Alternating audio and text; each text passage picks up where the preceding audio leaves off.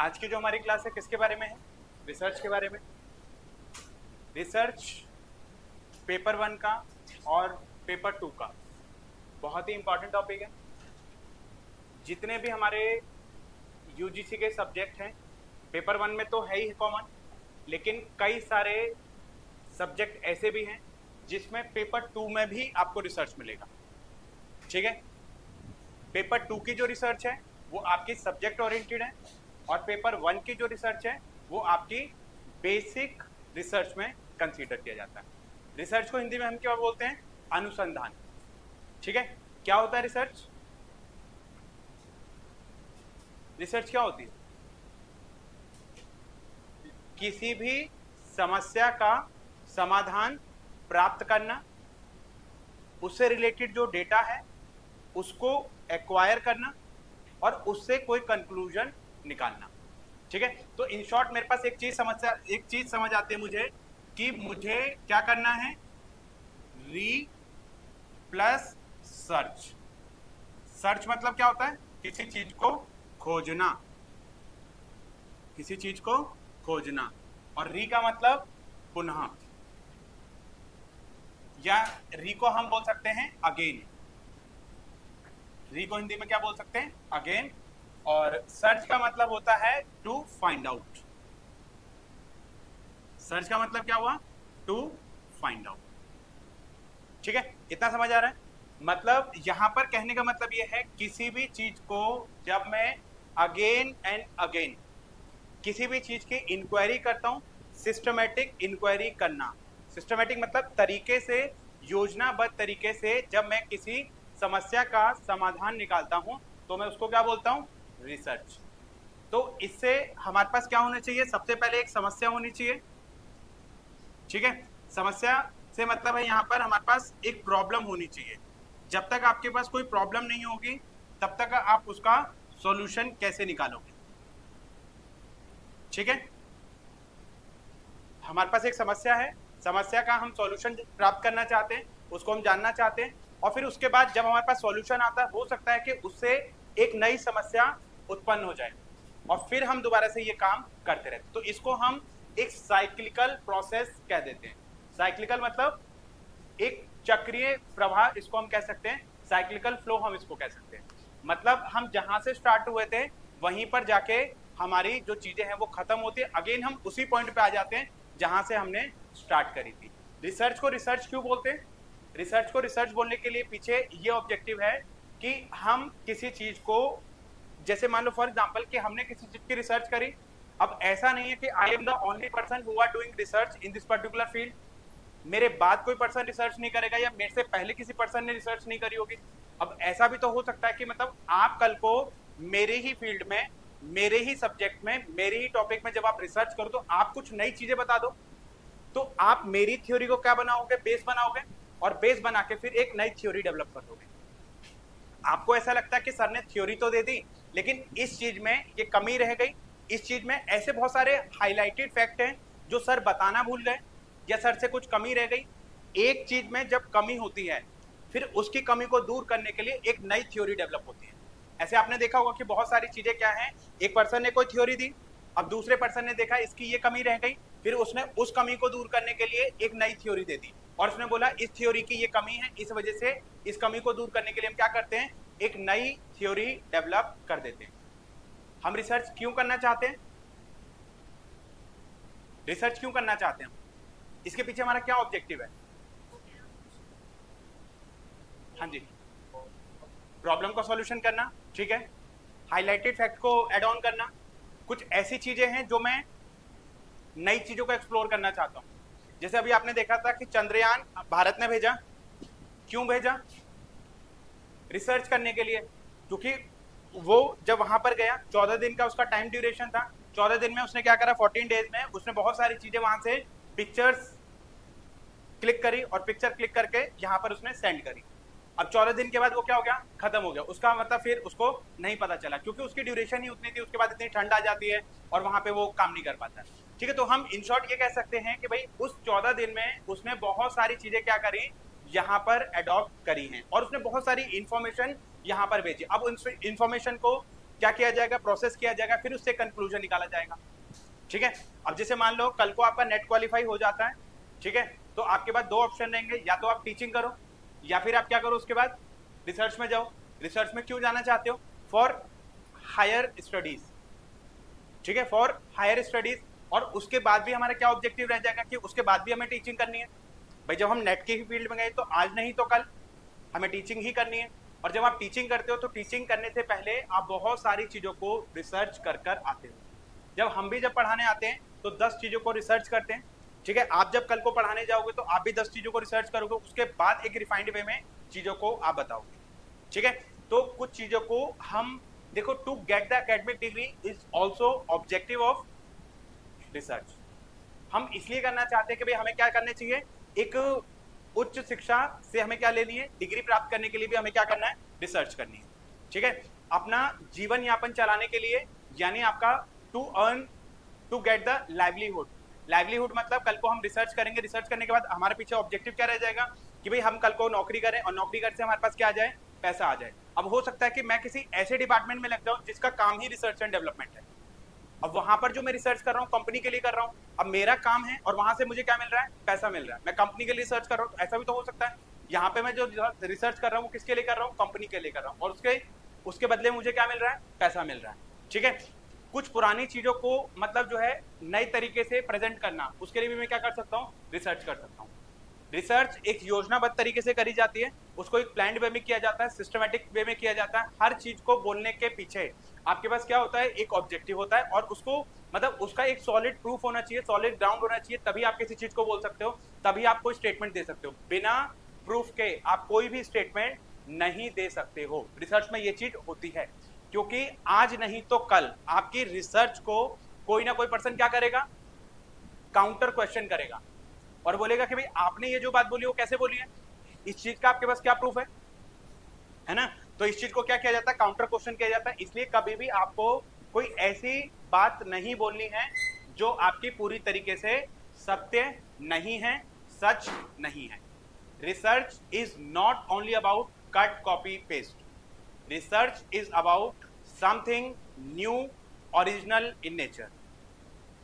Research must be valid and reliable in all aspect. Research क्या होनी चाहिए, valid होनी चाहिए, और रिसर्च क्या होनी चाहिए, रिलायबल होनी चाहिए। यहां पर वैलिड का क्या मतलब है,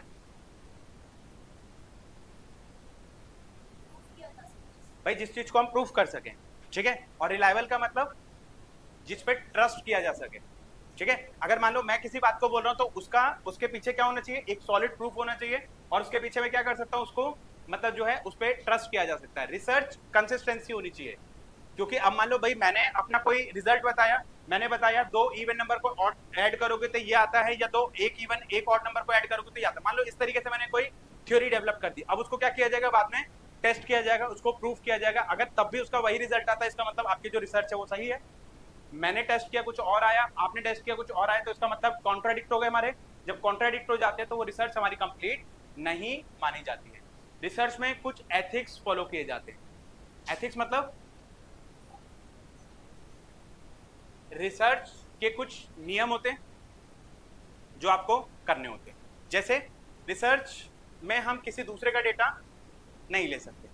अगर किसी का डेटा ले भी रहे हैं तो उसका प्रॉपर साइटेशन होना चाहिए, उसका प्रॉपर रेफरेंसिंग दोगे कि ये जो मैंने डेटा लिया ये कहां से लिया है और किसका मैंने डेटा लिया, कहां से, मतलब ये जो डेटा है मैंने उठाया। इससे आप भी बचे रहोगे और सामने वाले पर्सन को भी क्रेडिट मिल जाएगा। मान लो मैंने अपनी रिसर्च में आपका कोई वर्ड यूज किया है, या कोई कोडिंग आपकी यूज करी है, या कोई आपका जो है कोई पिक्चर मैंने यूज करी है, कोई टेबल यूज करी है, कोई डेटा मैंने यूज करा है, तो वहां पर मैं सोर्स लिखूंगा और नीचे जब मैं रेफरेंसिंग लिखूंगा तो वहां पर आपकी जो रिसर्च टाइटल वगैरह जो भी है, जहां से भी मैंने वो डेटा उठाया है उसको मैं वहां पर उठाऊंगा। अदरवाइज आप प्लेगरिज्म के केस में फंस जाओगे।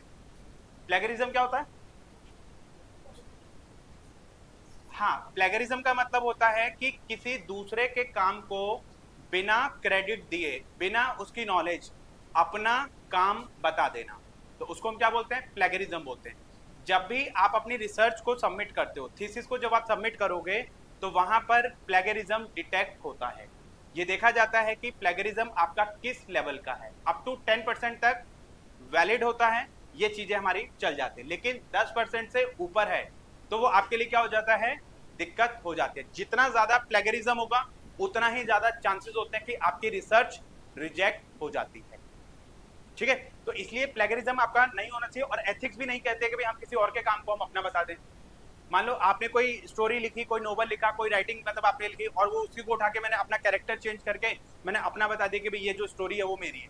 आपने राम और श्याम का लिखा था, मैंने नरेश और सुरेश का मतलब जो है स्टोरी बना के मैंने सेम स्टोरी जो उस तरीके से मैंने क्या कर दिया, कॉपी पेस्ट कर दिया। It is not about the originality of the work.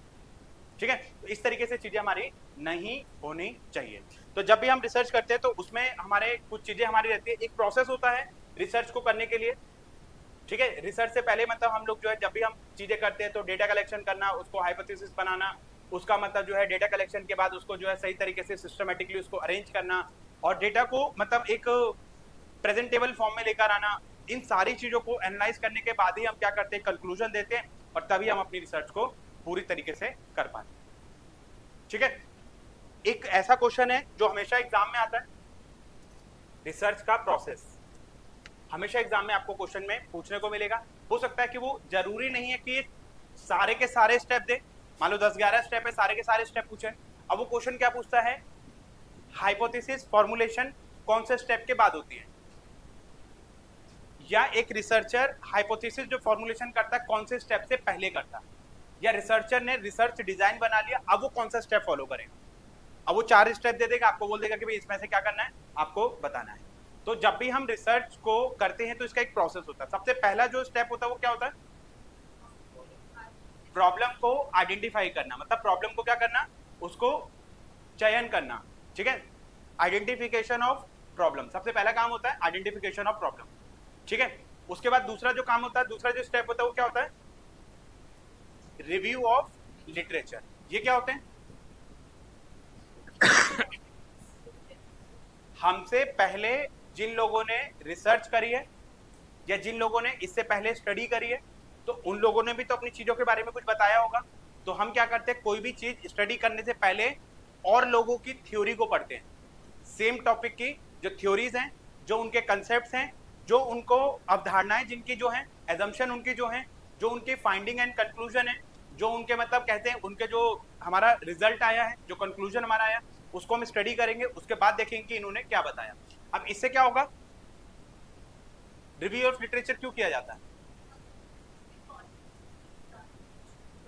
भाई, इससे पहले कौन सारे लोग ऐसे हैं जो इससे पहले स्टडी कर चुके हैं और क्या इसमें कमी रह गई है, उन्होंने क्या कंक्लूजन दिया है, क्या उनका ऑब्जेक्टिव था, क्या उन्होंने डेटा लिया, क्या उसने मतलब जो कंक्लूजन दिया, और क्या उन्होंने मतलब आने वाली जनरेशन के लिए एक कहते हैं ना सजेशंस देना, तो सजेशंस क्या थे, उनका एरिया ऑफ स्कोप क्या था जहां पे हम इसको यूज कर सकते हैं।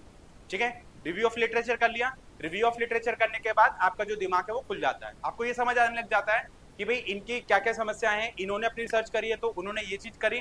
अब हमें इसी के अकॉर्डिंगली मैंने क्या कर दिया, इसको मैंने एक अपनी रिसर्च को कंडक्ट करने में यूज करा। अब हमारा जो नेक्स्ट स्टेप रहेगा वो क्या रहेगा, हाइपोथेसिस फॉर्मुलेशन। हाइपोथेसिस फॉर्मुलेशन क्या होते हैं, हाइपोथेसिस क्या होते हैं,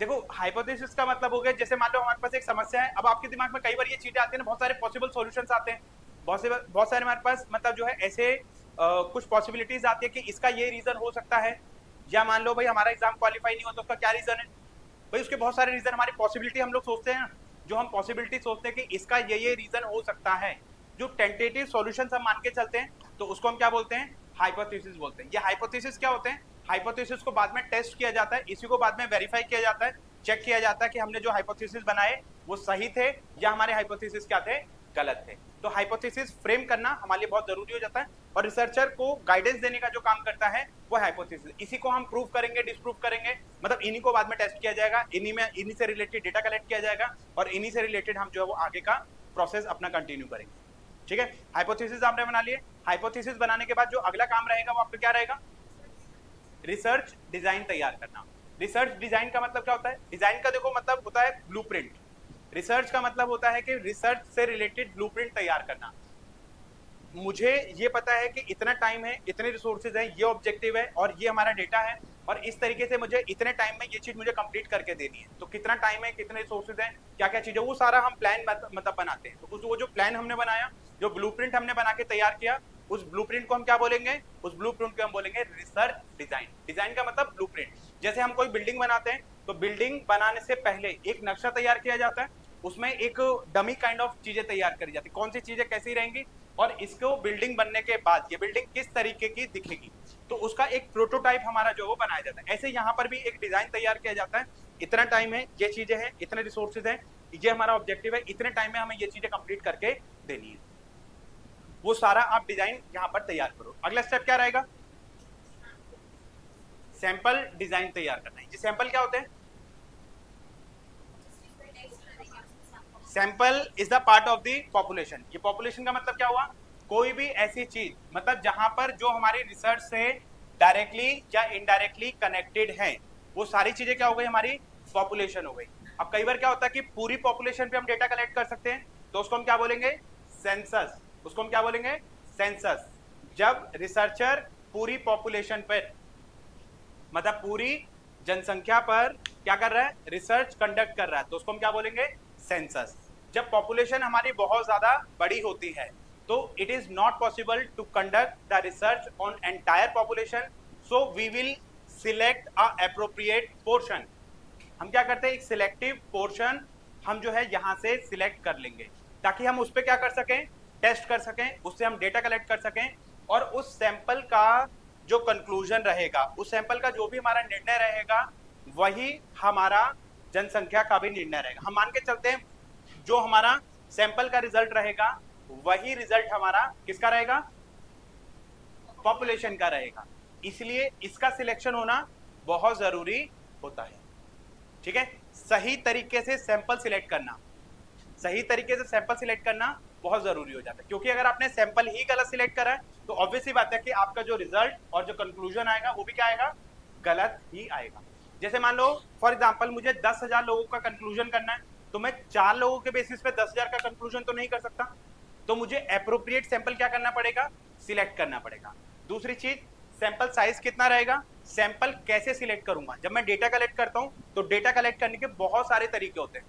मुझे कोई डेटा कलेक्ट करने के लिए बोलते हैं तो मेरे पास बहुत सारे तरीके हैं जिसके थ्रू मैं डेटा कलेक्ट कर सकता हूँ। तो उसमें मैं क्या कर सकता हूँ, मैं कन्वीनियंस सैम्पलिंग यूज कर सकता हूँ, मैं प्रोबेबिलिटी सैम्पलिंग यूज करता हूँ, मैं उल्टा सीधा डेटा कहीं से भर दिया, मैंने रैंडमली डेटा भर दिया।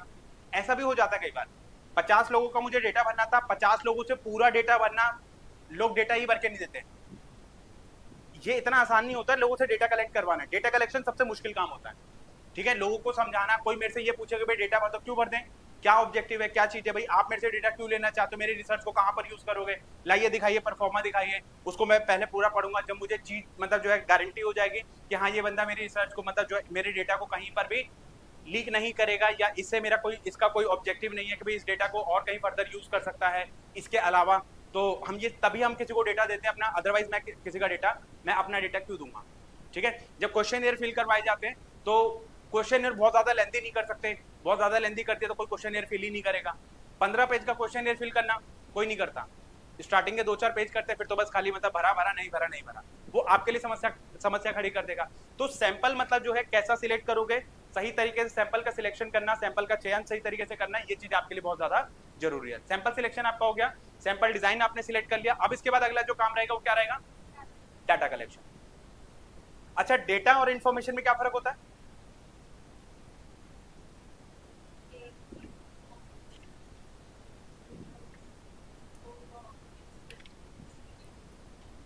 ठीक है, डेटा जो हमारे पास आता है रॉ फैक्ट एंड फिगर आती है, ठीक है, जिससे हमारा जो डेटा मिलेगा वो उसमें हम क्या कर सकते हैं, डेटा को जो हम कलेक्ट करते हैं तो हम ये देखते हैं रॉ फॉर्म में आता है। अब उसको फिर फर्दर प्रोसेस किया जाता है, प्रोसेस करने के बाद उसको कुछ इन्फॉर्मेशन लेकर आई जाती है। जैसे मान लो मैंने आपसे पूछा कि भाई आपकी एज कितनी है, आपके मार्क्स कितने आए हैं, ये हमारा डेटा जो मिलेगा वो रॉ फॉर्म में मिलेगा। फिर उसको मैं क्या करूंगा, एक सिस्टमेटिक वे में करूंगा। हो सकता है कि मैं उसको बार ग्राफ बनाऊं, उसको हिस्टोग्राम बनाऊं, उसको पाई चार्ट बनाऊं, उसको मतलब जो है आपका कोई एक रिप्रेजेंटेबल फॉर्म में आप उसको लेकर आओ, तभी उससे मैं कुछ इन्फॉर्मेशन निकालूंगा कि मोस्ट ऑफ द स्टूडेंट के मार्क्स जो है वो इस रेंज में है, ज्यादातर बच्चों के मार्क्स इस रेंज में है, मिनिमम मार्क्स इतने हैं, मैक्सिमम मार्क्स इतने हैं, एवरेज मार्क्स आपके इतने हैं। तो जब मैं इस तरीके का डेटा जब अपनी रिसर्च में यूज करता हूं, उससे कुछ इन्फॉर्मेशन जब आप निकालते हो तो वो हमारा क्या हो जाता है, इन्फॉर्मेशन। डेटा हमारा रॉ फैक्ट एंड फिगर होती है। देखो, जब हम रिसर्च करते हैं, मतलब अनुसंधान जब हम करते हैं तो उसकी बहुत सारी विधियां होती हैं, बहुत सारे प्रोसेस होते हैं जिसके थ्रू हम डेटा कलेक्ट कर सकते हैं। हमारा प्राइमरी सोर्स ऑफ डेटा हो सकता है, प्राइमरी डेटा हो सकता है, हमारा सेकेंडरी डेटा हो सकता है। तो ये रिसर्चर के ऊपर डिपेंड करता है कि रिसर्चर किस टाइप का डेटा यूज कर रहा है। ठीक है, प्राइमरी डेटा कौन सा हुआ? प्राइमरी डेटा वो डेटा होता है जो हमारा फर्स्ट टाइम डेटा होता है और रियल टाइम डेटा होता है। रियल टाइम डेटा मतलब आज मैं डेटा कलेक्ट करूंगा तो मुझे आज का डेटा मिलेगा और आज ही मतलब जो है मुझे अपना डेटा मैं कलेक्ट कर सकता हूँ। और जो फर्स्ट टाइम डेटा होता है सबसे ज्यादा ऑथेंटिक होता है, सबसे ज्यादा वेरीफिएबल होता है और सबसे ज्यादा आप इसको कह सकते हो कि कॉस्टली भी यही होता है। रिसर्चर के खुद के एफर्ट्स लगते हैं इसमें, ज्यादा रिसर्च मतलब एफर्ट्स लगेंगे और ज्यादा टाइम लगेगा, टाइम कंज्यूमिंग रहेगा, कॉस्ट मतलब आपकी ज्यादा लगेगी इसमें, और सबसे ज्यादा ऑथेंटिक भी यही रहेगा। एंड अकॉर्डिंग टू, सबसे बड़ी बात, अकॉर्डिंग टू योर पर्पस होता है। मतलब आप जो डेटा कलेक्ट कर रहे हो वो अपने पर्पस के अकॉर्डिंगली कर रहे हो, तो आपको पता है कि भाई किस तरीके से डेटा कलेक्ट करना है। जैसे कोई एग्जांपल दो प्राइमरी डेटा का। ऑब्जर्वेशन हो गया, एक्सपेरिमेंट हो गया, इंटरव्यू हो गया, ठीक है, और सर्वे आपका हो गया। ठीक है, ये सब हमारे क्या होते हैं? प्राइमरी सोर्सेज ऑफ डेटा होते हैं। सेकेंडरी की अगर मैं बात करूं तो सेकेंडरी का मतलब होता है जब डेटा किसी और ने कलेक्ट किया है। When data is collected by someone else and I am just using the data is called secondary data। अब मान लो गवर्नमेंट ने अपनी ऑर्गेनाइजेशन की वेबसाइट पे कोई डेटा दे रखा है, मैंने उस डेटा को उठाया और अपनी रिसर्च में यूज कर लिया। अब वो डेटा मैंने तो कलेक्ट नहीं किया था, वो डेटा किसी और ने कलेक्ट किया, मैं तो बस खाली क्या कर रहा हूँ, उसको यूज कर रहा हूँ। मैं गूगल की वेबसाइट पे गया और उसको देखा कि भाई पिछले साल हमारी बेरोजगारी का स्तर कितना था या इन्फ्लेशन हमारा कितना बढ़ा, तो वहां पर डेटा आया, मैंने उसको उठाया, उठा के मैंने क्या कर दिया, उसको पेस्ट कर दिया। ये डेटा मैंने तो कलेक्ट नहीं करा, ये डेटा क्या करा, किसी और ने कलेक्ट किया। उसको कैसे पता कि ये जो है वो 15% है, 20% है, 10% है, 8% है? How many number of rape cases occurs in during the last year? ठीक है, कितने नंबर ऑफ रेप केस हमारे हुए हैं? तो वो जो डेटा आपके पास आएगा वो कहां से आएगा? वो किसी ने तो कलेक्ट किया होगा ना। तो वो जो डेटा आ रहा है आपका ऑफिशियल डेटा आता है, कुछ होते हैं हमारे ऑफिशियल डेटा और कुछ होते हैं अनऑफिशियल डेटा। जो ऑफिशियली वेबसाइट पे जो डेटा पब्लिश होता है तो ऑफिशियल डेटा हो गया, और जो रैंडमली प्राइवेट ऑर्गेनाइजेशन और जो प्राइवेटली डेटा जो कलेक्ट किया जाता है वो अनऑफिशियल डेटा होता है। ठीक है, चलिए, इसके अलावा सेकेंडरी जो हमारा डेटा होता है वो हम उसके सोर्सेस क्या क्या हो सकते हैं? जर्नल हो गया, न्यूज़पेपर हो गया, आर्टिकल हो गया, बुक्स हो गया, और प्रीवियस रिसर्च हो गया आपका। ठीक है, पब्लिश सोर्स हो गए, अनपब्लिश सोर्स हो गए, इंटरनल रिकॉर्ड्स हो गए आपके, है ना। ये सारे हमारे क्या हो सकते हैं? सेकेंडरी सोर्स ऑफ डेटा हो सकते हैं। सेकेंडरी जो डेटा हमारा रहेगा वो पास्ट डेटा रहेगा। पास्ट डेटा मतलब डेटा ऑलरेडी कलेक्ट हो चुका है, बस हम तो खाली उसको क्या कर रहे हैं, यूज कर रहे हैं। इसमें अभी कभी भी आपको प्रेजेंट डेटा नहीं मिलेगा। अब वो 3 महीने पहले रिसर्च करी थी, 4 महीने पहले रिसर्च करी थी, 3 महीने पहले, 1 साल पहले, 2 साल पहले का डेटा है, मुझे डेटा आज के अकॉर्डिंगली चाहिए, तो मुझे आज के अकॉर्डिंगली डेटा नहीं मिलेगा। जबकि प्रेजेंट सिनेरियो में डेटा क्या मिलेगा? आज के अकॉर्डिंगली ही मिलेगा। ठीक है, इसके अलावा हम कह सकते हैं कि जो हमारा सेकेंडरी डेटा होता है वो रेडी टू यूज होता है। रेडी टू यूज मतलब भाई सारा प्रोसेस फॉर्म में डेटा है, आपको बस क्या करना है, बस खाली यूज ही तो करना है, आपको डेटा उठाना है, उसको यूज करना है। इसके अलावा और क्या हो सकता है इसमें? टाइम कम लगेगा, एफर्ट्स कम लगेंगे, ऑथेंटिसिटी कम होगी। ऑथेंटिसिटी कम होगी क्यों? आपको कैसे पता कि ये डेटा सही है? आप इन्फ्लेशन का रेट चेक करो, 10 वेबसाइट पे 10 रिजल्ट मिलेंगे। कैसे चेक करोगे कौन सा डेटा ऑथेंटिक है, कौन सा डेटा ऑथेंटिक नहीं है? डेटा में मैनिपुलेशन होना बहुत कॉमन चीज है। ठीक है, एक वेबसाइट पे डेटा कुछ और दिखाएगा, दूसरी वेबसाइट पे डेटा कुछ और दिखाएगा। तो यहां पर ऐसा हो सकता है कि भाई डेटा में आपका मैनिपुलेशन हो जाए। डेटा की ऑथेंटिसिटी यहां पर कभी भी पता नहीं कर सकते। इसके अलावा सबसे ज्यादा जो प्रिकॉशंस रखनी होती है वो सेकेंडरी डेटा में रखनी होती है। जरूरी नहीं है कि जो सेकेंडरी डेटा है वो आपके पर्पस के अकॉर्डिंगली ही कलेक्ट किया गया हो। अब ऐसा हो सकता है कि भाई सेकेंडरी डेटा में मेरा पर्पस फुलफिल हो ही नहीं रहा, भाई मुझे जो जो चीजें चाहिए थी वो मुझे सारा डेटा उसमें अवेलेबल नहीं हो रहा, फिर मुझे कोई दूसरी साइट मतलब सर्च करनी पड़ेगी। ठीक है, तो ऐसा हो सकता है। लेकिन प्राइमरी डेटा में मेरा सारा पर्पस मुझे क्लियर है, मैं वो सारा वही चीजें पूछूंगा जिसका मुझे जरूरत है, बाकी चीजें पूछूंगा नहीं आपसे, तो वो सारी चीजें यहाँ पर आ जाती है। ठीक है, कम ऑथेंटिक होता है सेकेंडरी डेटा। आपसे पता है जब आप रिसर्च लेकर जाओगे तो आपसे पूछा जाएगा कि आपका जो सोर्स ऑफ डेटा है वो क्या है, प्राइमरी डेटा है या सेकेंडरी डेटा है। प्राइमरी ज्यादा वैलिड माना जाता है, ज्यादा ऑथेंटिक माना जाता है, सेकेंडरी को थोड़ा कम ऑथेंटिक माना जाता है। वहां पे हम समझ लेते हैं रिसर्चर मेहनत नहीं करना चाहता, वो ऑलरेडी कलेक्टेड डेटा को उठाकर रिसर्च कर रहा है ना। जैसे मेरा केस है, मेरे केस में प्राइमरी डेटा अवेलेबल ही नहीं है, तो मुझे सेकेंडरी डेटा ही यूज करना पड़ेगा।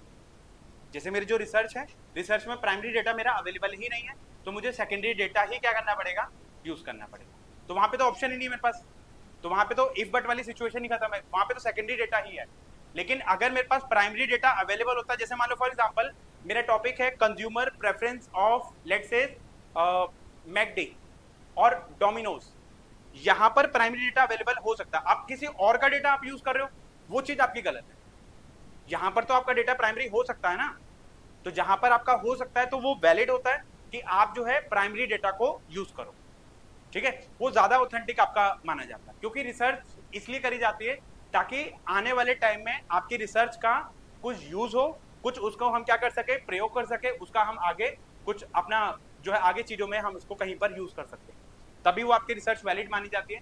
रिसर्च में जब टॉपिक सिलेक्ट करना होता है तो हमें इस तरीके से टॉपिक सिलेक्ट करना होता है जो सबसे ज्यादा आपका क्या माना जाएगा, मतलब करंट टॉपिक होगा, जो सबसे रिसेंट टॉपिक होगा, मतलब रिसेंट सिनेरियो बेस्ड होगा आपका, उसी को सिलेक्शन होने के सबसे ज्यादा चांसेस होते हैं। अब जिस पे ऑलरेडी बहुत सारे लोग रिसर्च कर चुके हैं, 4-5 साल का मतलब पुराना टॉपिक है, उसको जाके आप जो है रिसर्च प्रपोजल आप सबमिट कर रहे हो, तो वहां पर फिर वो एक्सेप्ट होने के चांसेस नहीं होते, बहुत कम चांसेस होते हैं कि डेटा आपका क्या हो जाएगा, आप उसका सिलेक्शन होगा, ठीक है। चलिए, किसमें, लिटरेचर में? लिटरेचर में नहीं, लिटरेचर में तो ऑलरेडी किसी और का डेटा आप वो कर रहे हो ना, इसको स्टडी कर रहे हो, ठीक है। जैसे मतलब आपने रिसर्च का जो टॉपिक लिया, रिसर्च के टॉपिक में आप जैसे मान लो मुझे 2 कंपनी को एनालिसिस करना है, तो वहां पे मुझे सेकेंडरी डेटा ही यूज करना पड़ेगा, प्राइमरी डेटा मेरा अवेलेबल नहीं होगा, ठीक है। चलो मान लो डेटा कलेक्शन आपका हो गया, डेटा कलेक्शन होने के बाद क्या करोगे आप, डेटा को आप एनालाइज करोगे और डेटा को एक प्रेजेंटेबल फॉर्म में लेकर आओगे। अगर डेटा आपका सही तरीके का है, उसको प्रेजेंटेबल फॉर्म में लेकर आते हो, तो ही मतलब आप डेटा जो सही तरीके से आप यूज कर सकते हो, अदरवाइज आप उसको यूज नहीं कर सकते। इसके अलावा नेक्स्ट,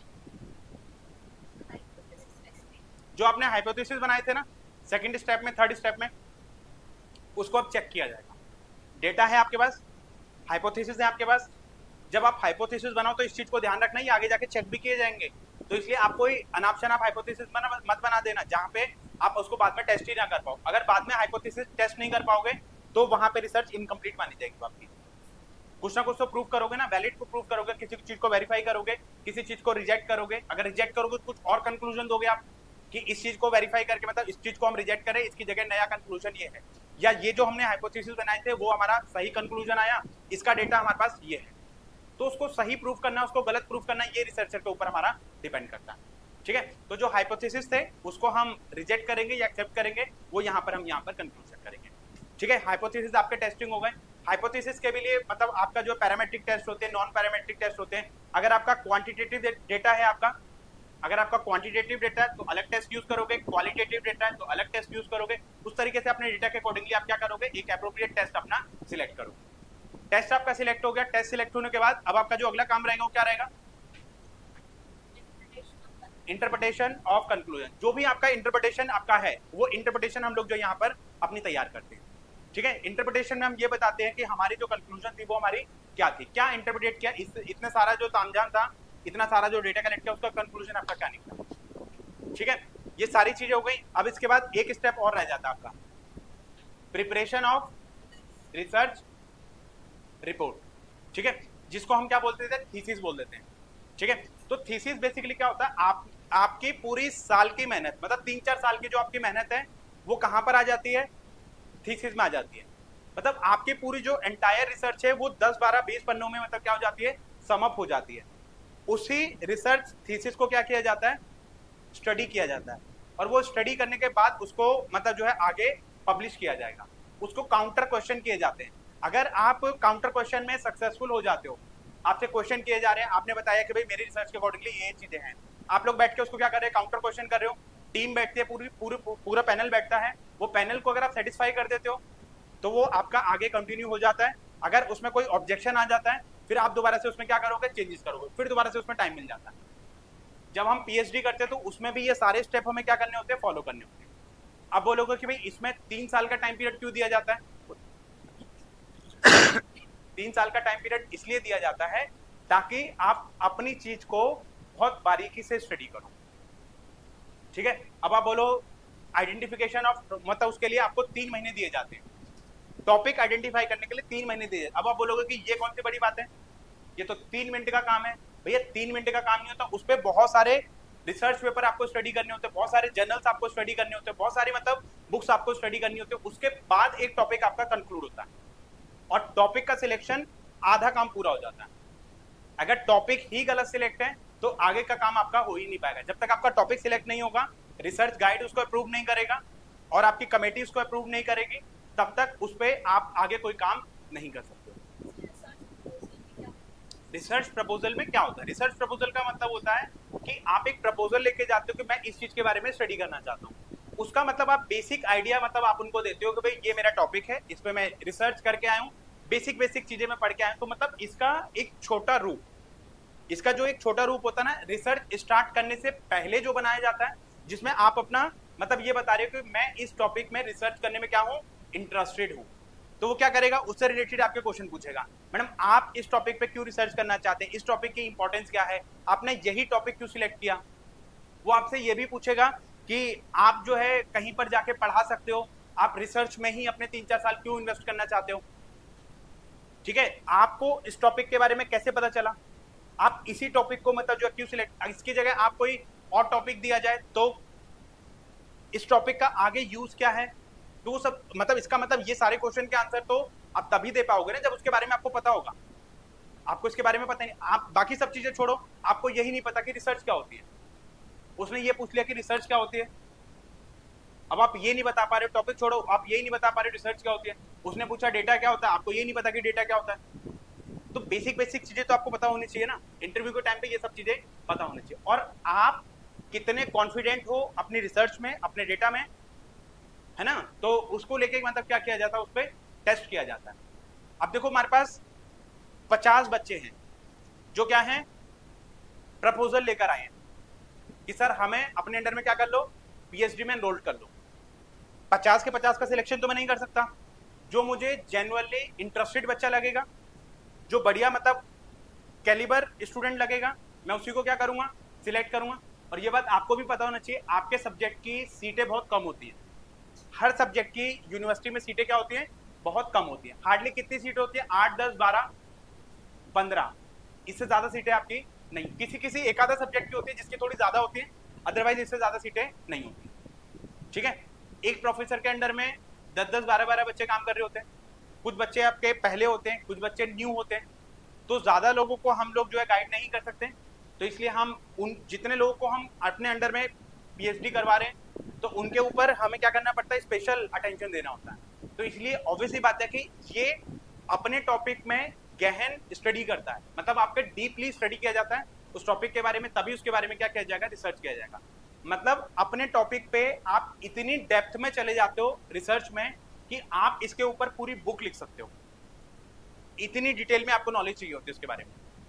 मतलब रिसेंट सिनेरियो में क्या चल रहा है, चीजें क्या क्या चेंजेस हो रही है, इसका यूज क्या है, इसका मतलब जो है हमारे प्रेजेंट सिनेरियो पे क्या इम्पैक्ट है, इसका फ्यूचर इम्पैक्ट हमारा क्या है, इसका अदर मतलब जो बाकी जो चीजें हैं उनसे क्या रिलेशन है, इन सब चीजों के बारे में आप जो है क्या करते हो, उसको स्टडी करते हो, तभी आप उसके बारे में, रिसर्च के बारे में बता पाते हो, ठीक है।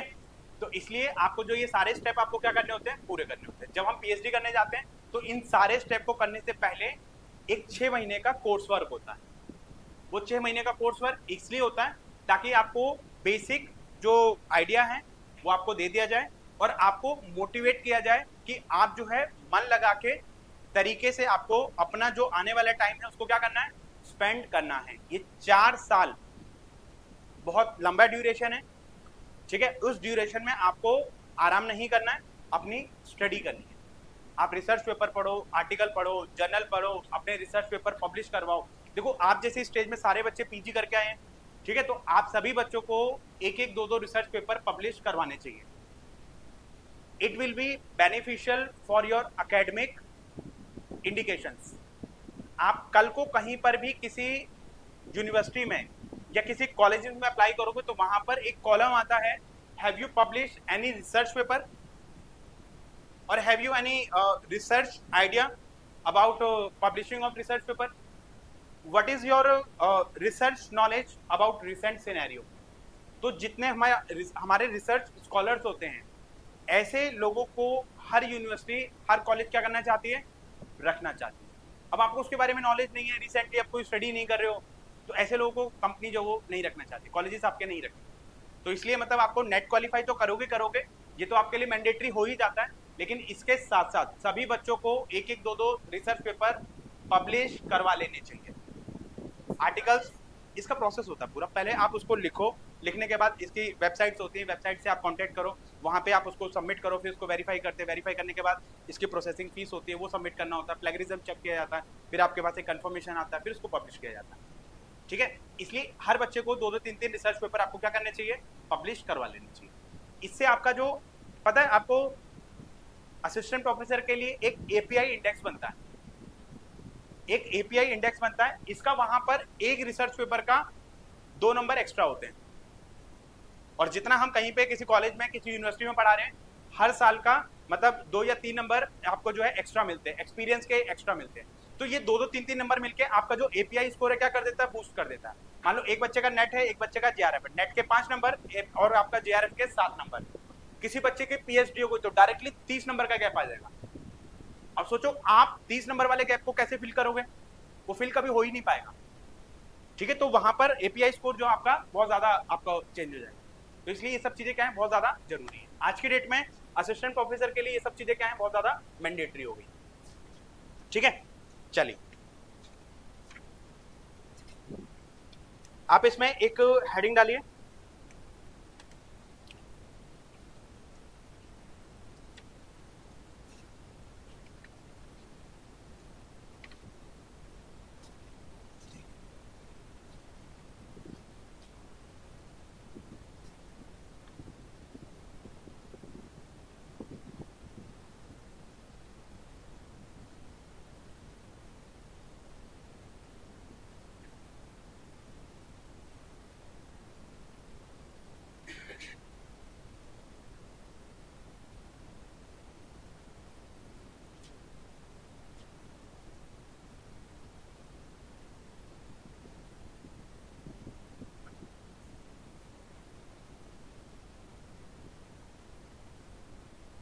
एक हेडिंग डालो, सैम्पलिंग टेक्निक्स इन रिसर्च। और ये बहुत इंपॉर्टेंट है, इसमें से क्वेश्चन मिलेगा, ये भी ध्यान रख लेना। रिसर्च के प्रोसेस में से, रिसर्च के टाइप्स में से, सैम्पलिंग टेक्निक में से, इसमें से हमेशा क्वेश्चन मिलता है। ये बहुत पेट क्वेश्चन होते हैं नेट के। ठीक है, तो आप जरा मुझे मतलब सैम्पलिंग तो आपको पता है, सैंपल को सिलेक्ट करने की जो प्रक्रिया होती है, यानी it is a process of selecting a appropriate sample from the population is known as sampling. ठीक है, तो आप इसमें लिख सकते हो, it is a process of selecting sample from large population.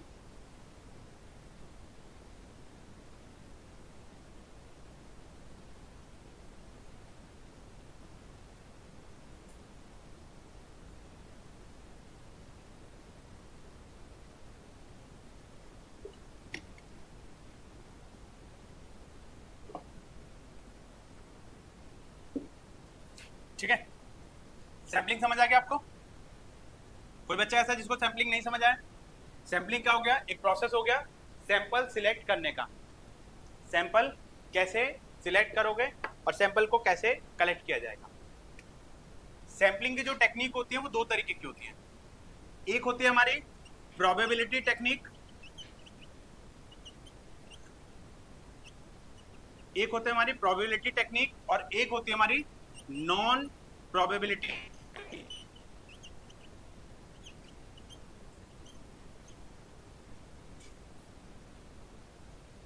कई बार आपसे पूछा जाएगा, भाई आपने जो सैंपल सिलेक्ट किया है वो कौन सा सिलेक्ट किया है, तो आपने प्रोबेबिलिटी सैम्पलिंग यूज करी है, नॉन प्रोबेबिलिटी यूज करी है। प्रोबेबिलिटी में भी फर्दर टाइप्स होते हैं, तो फिर पूछा जाएगा प्रोबेबिलिटी में कौन सी सैम्पलिंग टेक्निक यूज करी है, तो फिर वो आपको बताना पड़ेगा। अब आप ये कह रहे हो कि सैम्पलिंग की भी टेक्निक होती है, तो वहां पर वो गलत हो जाएगा। सैम्पलिंग की भी टेक्निक होती है। तो सैम्पलिंग के लिए दो तरीके की टेक्निक्स यूज करी जाती है, एक होती है प्रोबेबिलिटी और एक होती है नॉन प्रोबेबिलिटी। प्रोबेबिलिटी क्या होती है? जिनको आप एक्सेप्ट कर सकते हो।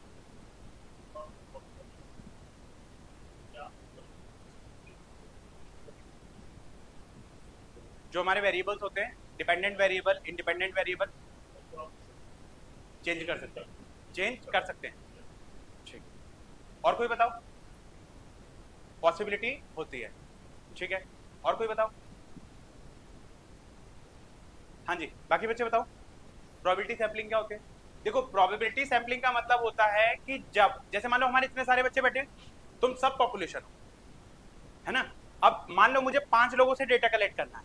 अब मैं आया, मैंने आते ही बोला 1 2 3 4 और 5 बच्चे सिलेक्ट हो जाओ और आप मुझे बताओ आपकी एज कितनी है, हाइट कितनी है, ये इनसे मैंने डेटा कलेक्ट कर लिया। मतलब जब आपके पास, सबके पास इक्वल चांसेस होते हैं टू गेट सिलेक्टेड, किसी के साथ में कोई पार्शियलिटी नहीं है, कोई बायसनेस नहीं है, और रिसर्चर डेटा को सही तरीके से यूज कर रहा है, तो ऐसे डेटा को हम क्या बोलते हैं? Probability sampling technique. मतलब जब हमारे आउटकम के पास इक्वल चांसेस होते हैं सिलेक्ट होने के, होता है सिलेक्ट या नहीं होता है वो एक अलग बात है, लेकिन सबके पास इक्वल चांसेस थे, रिसर्चर ने कोई पार्शियलिटी नहीं करी है, तो ऐसे उसको हम क्या बोलेंगे? Probability sampling technique. समझ आ रहा है आपको? रैंडमली किसी चीज को सिलेक्ट कर लेना, सबके पास इक्वल चांसेस आना, किसी के साथ में कोई पार्शियलिटी नहीं होना, तो ऐसे डेटा को हम क्या बोलते हैं? Probability sampling technique. Non probability क्या हो गई? जब सबके पास इक्वल चांसेस नहीं होते टू गेट सिलेक्टेड। जैसे मैंने आपको बोला, ऐसा है मुझे 10 बच्चों का सिलेक्शन करना है, 10 में से 7 बॉयज होने चाहिए, 3 गर्ल्स होनी चाहिए, तो इसका मतलब पहले ही मैंने पार्शियलिटी कर दी। मैंने आपको बोला कि भाई एक बच्चा इस रो में से खड़ा हो जाओ, एक बच्चा पीछे वाली रो में से खड़े हो जाओ और 2 बच्चे साइड वाली रो में से खड़े हो जाओ, तो इसका मतलब सबके पास तो इक्वल चांसेस थे ही नहीं, है ना। तो इसका मतलब आपने जो डेटा के साथ क्या करा है? पार्शियलिटी करी है। डेटा के साथ क्या करा है? मॉडिफिकेशन करी है। डेटा के साथ क्या करा है? चेंजेस किए हैं। रिसर्चर की सबसे ज्यादा जो बायसनेस होती है वो नॉन प्रोबेबिलिटी टेक्निक में होती है। इन दोनों में डिफरेंस समझ आ रहा है आपको? प्रोबेबिलिटी का मतलब सबके पास इक्वल चांसेस हैं सिलेक्ट होने के लिए, रिसर्चर सबसे कम बायसनेस करता है। यहाँ पे सबसे ज्यादा जो बायसनेस होती है वो नॉन प्रोबेबिलिटी। जहां आपने नॉन प्रोबेबिलिटी बोली, मतलब जो आपका गाइड होता है वो समझ जाता है कि किस टाइप का डेटा आपने कलेक्ट किया होगा, ठीक है। सबके पास इक्वल चांसेस नहीं थे, रैंडमली, मतलब आपका रैंडमली डेटा सिलेक्शन नहीं करा है, पर्पसिव आपने डेटा सिलेक्ट किया है, किसी किसी से आपने डेटा सिलेक्ट किया है, तो ये इस तरीके की चीजें जो होती है वो नॉन प्रोबेबिलिटी सैम्पलिंग टेक्निक में आ जाती है। प्रोबेबिलिटी में लिख लीजिए आप,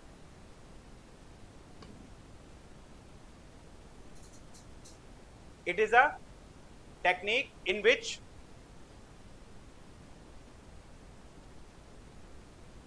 every item has chances to get selected। Her item के बाद क्या होता है? चांसेस होते हैं सिलेक्ट होने के लिए।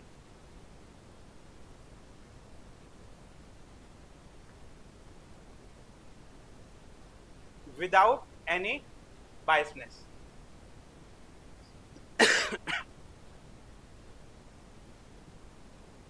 ठीक है। अब इसमें क्या क्या आएगा? सबसे पहले आता है आपका simple random sampling. Simple random sampling,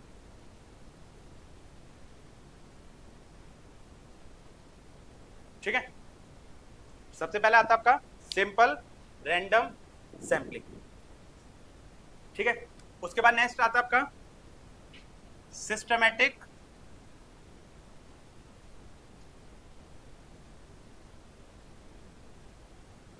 sampling.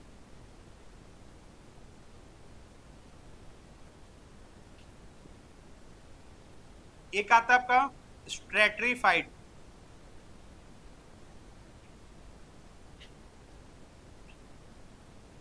Stratified sampling.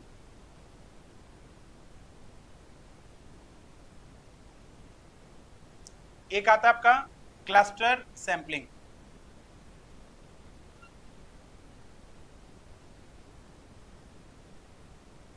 और एक आता है आपका multi stage sampling. Multi stage sampling, ठीक है। अब देखो कई बार जब इसको क्वेश्चन दे रहा हूं तो ऐसे भी पूछ लेता है which of the following is not a type of probability sampling technique, तो वो ऐसे भी क्वेश्चन पूछ लेता है। जब वो ऐसे क्वेश्चन पूछ लेगा which of the following is not a type of non probability sampling technique, ऐसे भी क्वेश्चन पूछ लेता है। जब वो क्या दे देगा, वो बोल देगा कि भाई आपका जो stratified sampling is a technique of, option में क्या देगा, probability sampling technique, non probability sampling technique, both और नन ऑफ द अबव। तो आपको ये सिलेक्ट करना पड़ेगा कि ये चीजें क्या है, या फिर आपको एक तरफ टेक्निक दे देगा, एक तरफ आपको जो है प्रोबेबिलिटी और नॉन प्रोबेबिलिटी दे देगा। तो आपको ये सब चीजें ध्यान रखनी है। या फिर इसमें से कोई एप्लीकेशन बेस दे देगा, कोई एक चीज दे देगा और आपसे पूछेगा कि भाई ये किस टेक्निक के बारे में बात कर रहा है, वहां पे बोल देगा एक रिसर्चर इस तरीके से डेटा अपना कलेक्ट कर रहा है, तो आपको ये बताना है कि वो कौन सी टेक्निक यूज कर रहा है। तो ऐसे क्वेश्चन मोस्टली टाइम आपके एग्जाम में पूछे जाते हैं, ठीक है।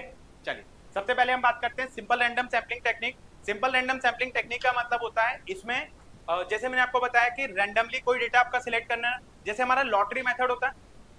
लॉटरी मेथड में आपका क्या करें, जैसे मान लो आप सब लोग के मैंने नाम क्या करें, एक पर्ची में रखे और उसके बाद एक बॉक्स में डाल दिए, और बॉक्स में डालने के बाद आपको क्या करा, रैंडमली मतलब जो है मुझे मान लो 5 लोग सिलेक्ट करने थे, मैंने 5 पर्ची उठाई और उसके बाद मैंने क्या कर दिया उसको, मतलब उसमें सिलेक्शन, सबके पास चांसेस थे, कोई सी भी पर्ची मेरे हाथ में आ सकती थी, है ना। तो इसमें मतलब लेकिन उसमें से जो पर्ची मेरे हाथ में आती है वो मैंने डेटा क्या कर लिया, रैंडमली सिलेक्टेड कर दिया, ठीक है। इसके अलावा जैसे एक होता है ट्रूथ एंड डेयर में होती है स्पाइनिंग द बॉटल्स, ठीक है। अब स्पाइनिंग द बॉटल्स में क्या होता है कि जैसे एक बॉटल ली मैंने और ऐसे करके मैंने उसको क्या कर दिया, स्पाइन कर दिया। अब वो घूमते घूमते कई बार क्या होता है, जैसे मतलब वो इनके पास रुकने वाली थी लेकिन वो इनके पास रुक गई, या घूमते घूमते किसी के पास भी आ सकती है। अब जरूरी थोड़ी कि इनके पास ही आएगी, वो किसी के पास भी आ सकती है। तो इस तरीके से जब मैं डेटा कलेक्ट कर रहा हूँ कि अच्छा आज देखते हैं कि बिल कौन पे करेगा, कोई बंदा नाम ले, एक काम करते हैं बॉटल को स्पिन कर लेते हैं, जिसकी तरफ बॉटल आके रुकती है वही बंदा क्या करेगा, बिल पे का। सबकी धड़कनें क्या हो जाती है, रुक जाती है, ठीक है। तो लेकिन यहाँ पर क्या हो रहा है, कोई बायसनेस नहीं हो रही है, मतलब कोई रैंडमली मतलब जो डेटा है वो क्या हो रहा है, सिलेक्ट हो रहा है। अब जैसे मान लो फॉर एग्जांपल जो कसिनो खेलते हैं जो लोग, या फिर जो मतलब जो है एक बेट लगाते हैं, जैसे एक स्पाइनिंग द व्हील होता है, एक व्हील को स्पाइन करते हैं, तो मतलब उसमें क्या होता है कि जैसे मान लो एक उसमें ना नंबर होते हैं ऐसे करके, मतलब ब्लैक और ऐसे करके नंबर होते हैं, एक नीचे एक एरो होता है, तो ये बताना होता है कि मतलब आप जब व्हील को स्पाइन करोगे तो किस पे आके रुकेगा, ब्लैक पे रुकेगा या रेड पे रुकेगा। अब मान लो आपने ब्लैक पे नंबर लगाया और वो रेड पे रुक गया, जिसका मतलब आप हार गए, और ब्लैक पे लगाया और वो ब्लैक पे ही रुक गया, जिसका मतलब आप जीत गए। तो ऐसी इसमें किसी के पास भी रुक सकता है ना। ऐसे ही एक वो टेबल होती है, ऐसे टेबल करके मतलब जो है एक होता है बॉल, मतलब ऐसे करके वो करी जाती है, बॉल घुमाते हैं ऐसे करके, तो वो बॉल किसी भी उसमें आके रुक सकती है। वहां पे एक एरो होता है, वो उसमें से किसी भी पर्सन के पास आके वो रुक सकता है, ठीक है। तो ऐसी चीजें मतलब जो क्या हो जाती हैं, ऐसी चीजों को हम जो है यहाँ पर इसमें कह सकते हैं। तो यहाँ पर जो डेटा कलेक्ट हो रहा है कैसे हो रहा है, रैंडमली कलेक्ट हो रहा है। इसमें कोई पार्शियलिटी है, किसी के साथ में कोई पार्शियलिटी नहीं है। आपने ब्लैक पे नंबर लगाया, मैंने रेड पे नंबर लगाया, अब हम दोनों में से कोई एक ही बंदा तो जीतेगा। हम दोनों ने ब्लैक पे लगाया, हो सकता है हम दोनों जीत जाए, हो सकता है हम दोनों हार जाए, ठीक है। ऐसी चीजें हमारे पास इस तरीके से जो डेटा कलेक्ट किया जा रहा है वो हमारा क्या है, सिंपल रैंडम सैंपलिंग, ठीक है। मैंने एक डाइस थ्रो करी मैंने, और डाइस थ्रो करके 1 to 6 में कोई भी नंबर आ सकता है, जरूरी थोड़ी कि 1 ही आएगा, और जरूरी नहीं है कि 6 ही आएगा। तो इसमें से 1 to 6 में से कोई भी नंबर मेरा आ सकता है। तो यहाँ पर जो मतलब नंबर मेरा आएगा वो क्या आएगा, रैंडमली आएगा। हो सकता है कि 1 आ जाए, हो सकता है 2 आ जाए, 3 4 5 6, इनमें से कोई भी नंबर मेरा आ सकता है। यहाँ पर जो मैं डेटा कलेक्ट कर रहा हूँ, यहाँ पर जो नंबर सिलेक्ट कर रहा हूँ वो मेरा रैंडमली सिलेक्ट हो रहा है, किसी के साथ में कोई पार्शियलिटी नहीं, जो नंबर आ रहा है उसको मैं लिख रहा हूँ, ठीक है। कोई दिक्कत, समझ आ गया। चलिए उसके बाद हम बात करेंगे सिस्टमेटिक सैंपलिंग। देखो सिस्टमेटिक सैंपलिंग का मतलब होता है कि यहाँ पर एक हम सिस्टम को फॉलो करते हैं, यहाँ पे हम क्या करते हैं, एक सिस्टम को फॉलो करते हैं और उसके थ्रू डेटा कलेक्शन करते हैं। जैसे मान लो फॉर एग्जांपल कि मैंने क्या करा, आप सभी बच्चों को एक इस तरीके से मैंने उसको सिलेक्ट कर लिया, ये डेटा मैंने ऐसे करके लिख दिया। अब जैसे मान लो मेरे पास 100 लोग हैं, मेरे पास जो टोटल पॉपुलेशन है वो 100 की है, लेकिन मुझे डेटा कलेक्ट करना है कितने में से, 10 में से। तो इसका मतलब कितना हो गया, 10।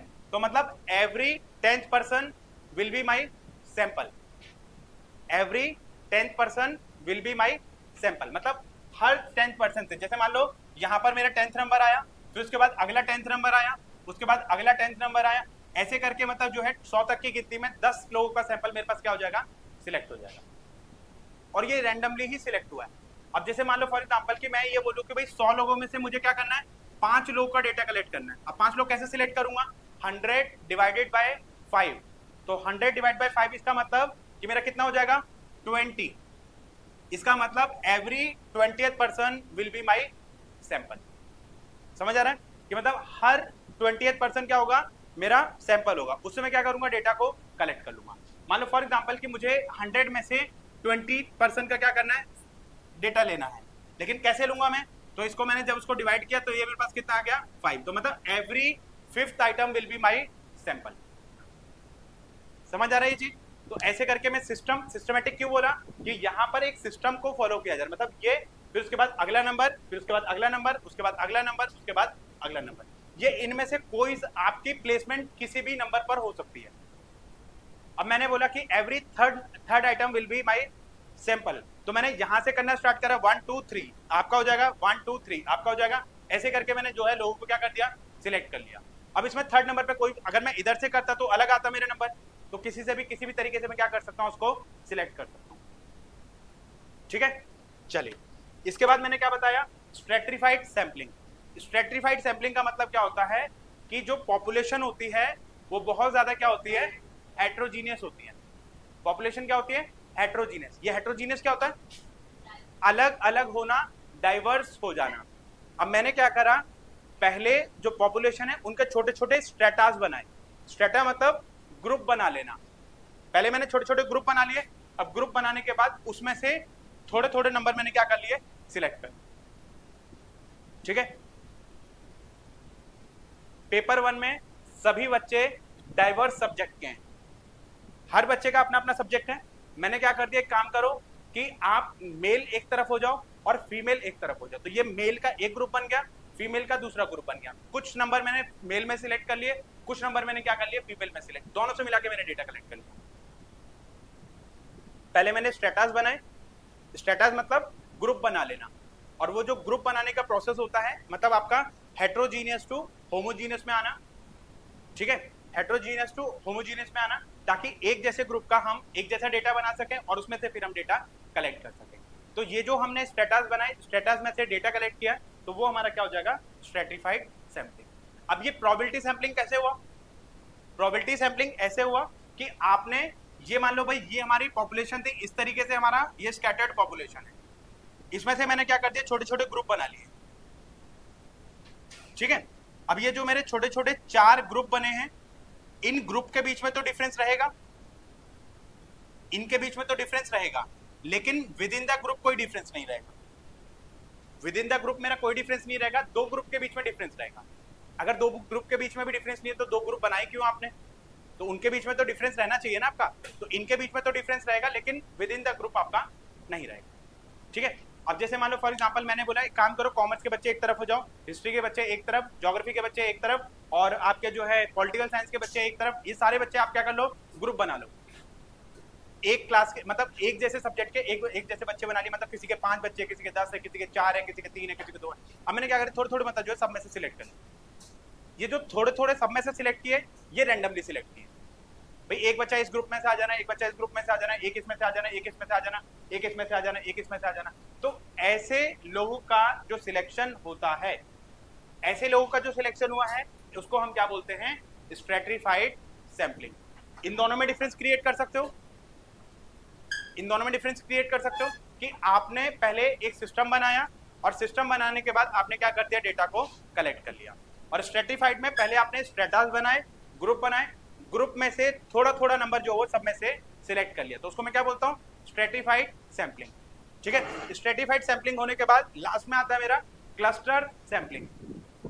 क्लस्टर सैंपलिंग को हम एरिया सैंपलिंग भी कह सकते हैं। क्लस्टर सैंपलिंग का दूसरा नाम होता है एरिया सैंपलिंग।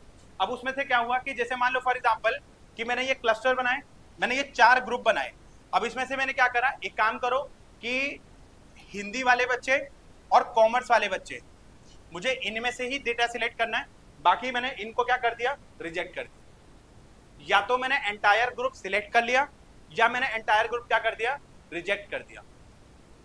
तो उसको मैं क्या बोलूंगा, उसको मैं बोलूंगा क्लस्टर सैंपलिंग। एरिया इसमें भी बनता है, स्ट्रेटास इसमें भी बनते हैं, लेकिन उसमें से either entire group will be selected और either entire group will be rejected. या तो पूरा ग्रुप सिलेक्ट किया जाएगा या पूरा ग्रुप रिजेक्ट किया जाएगा।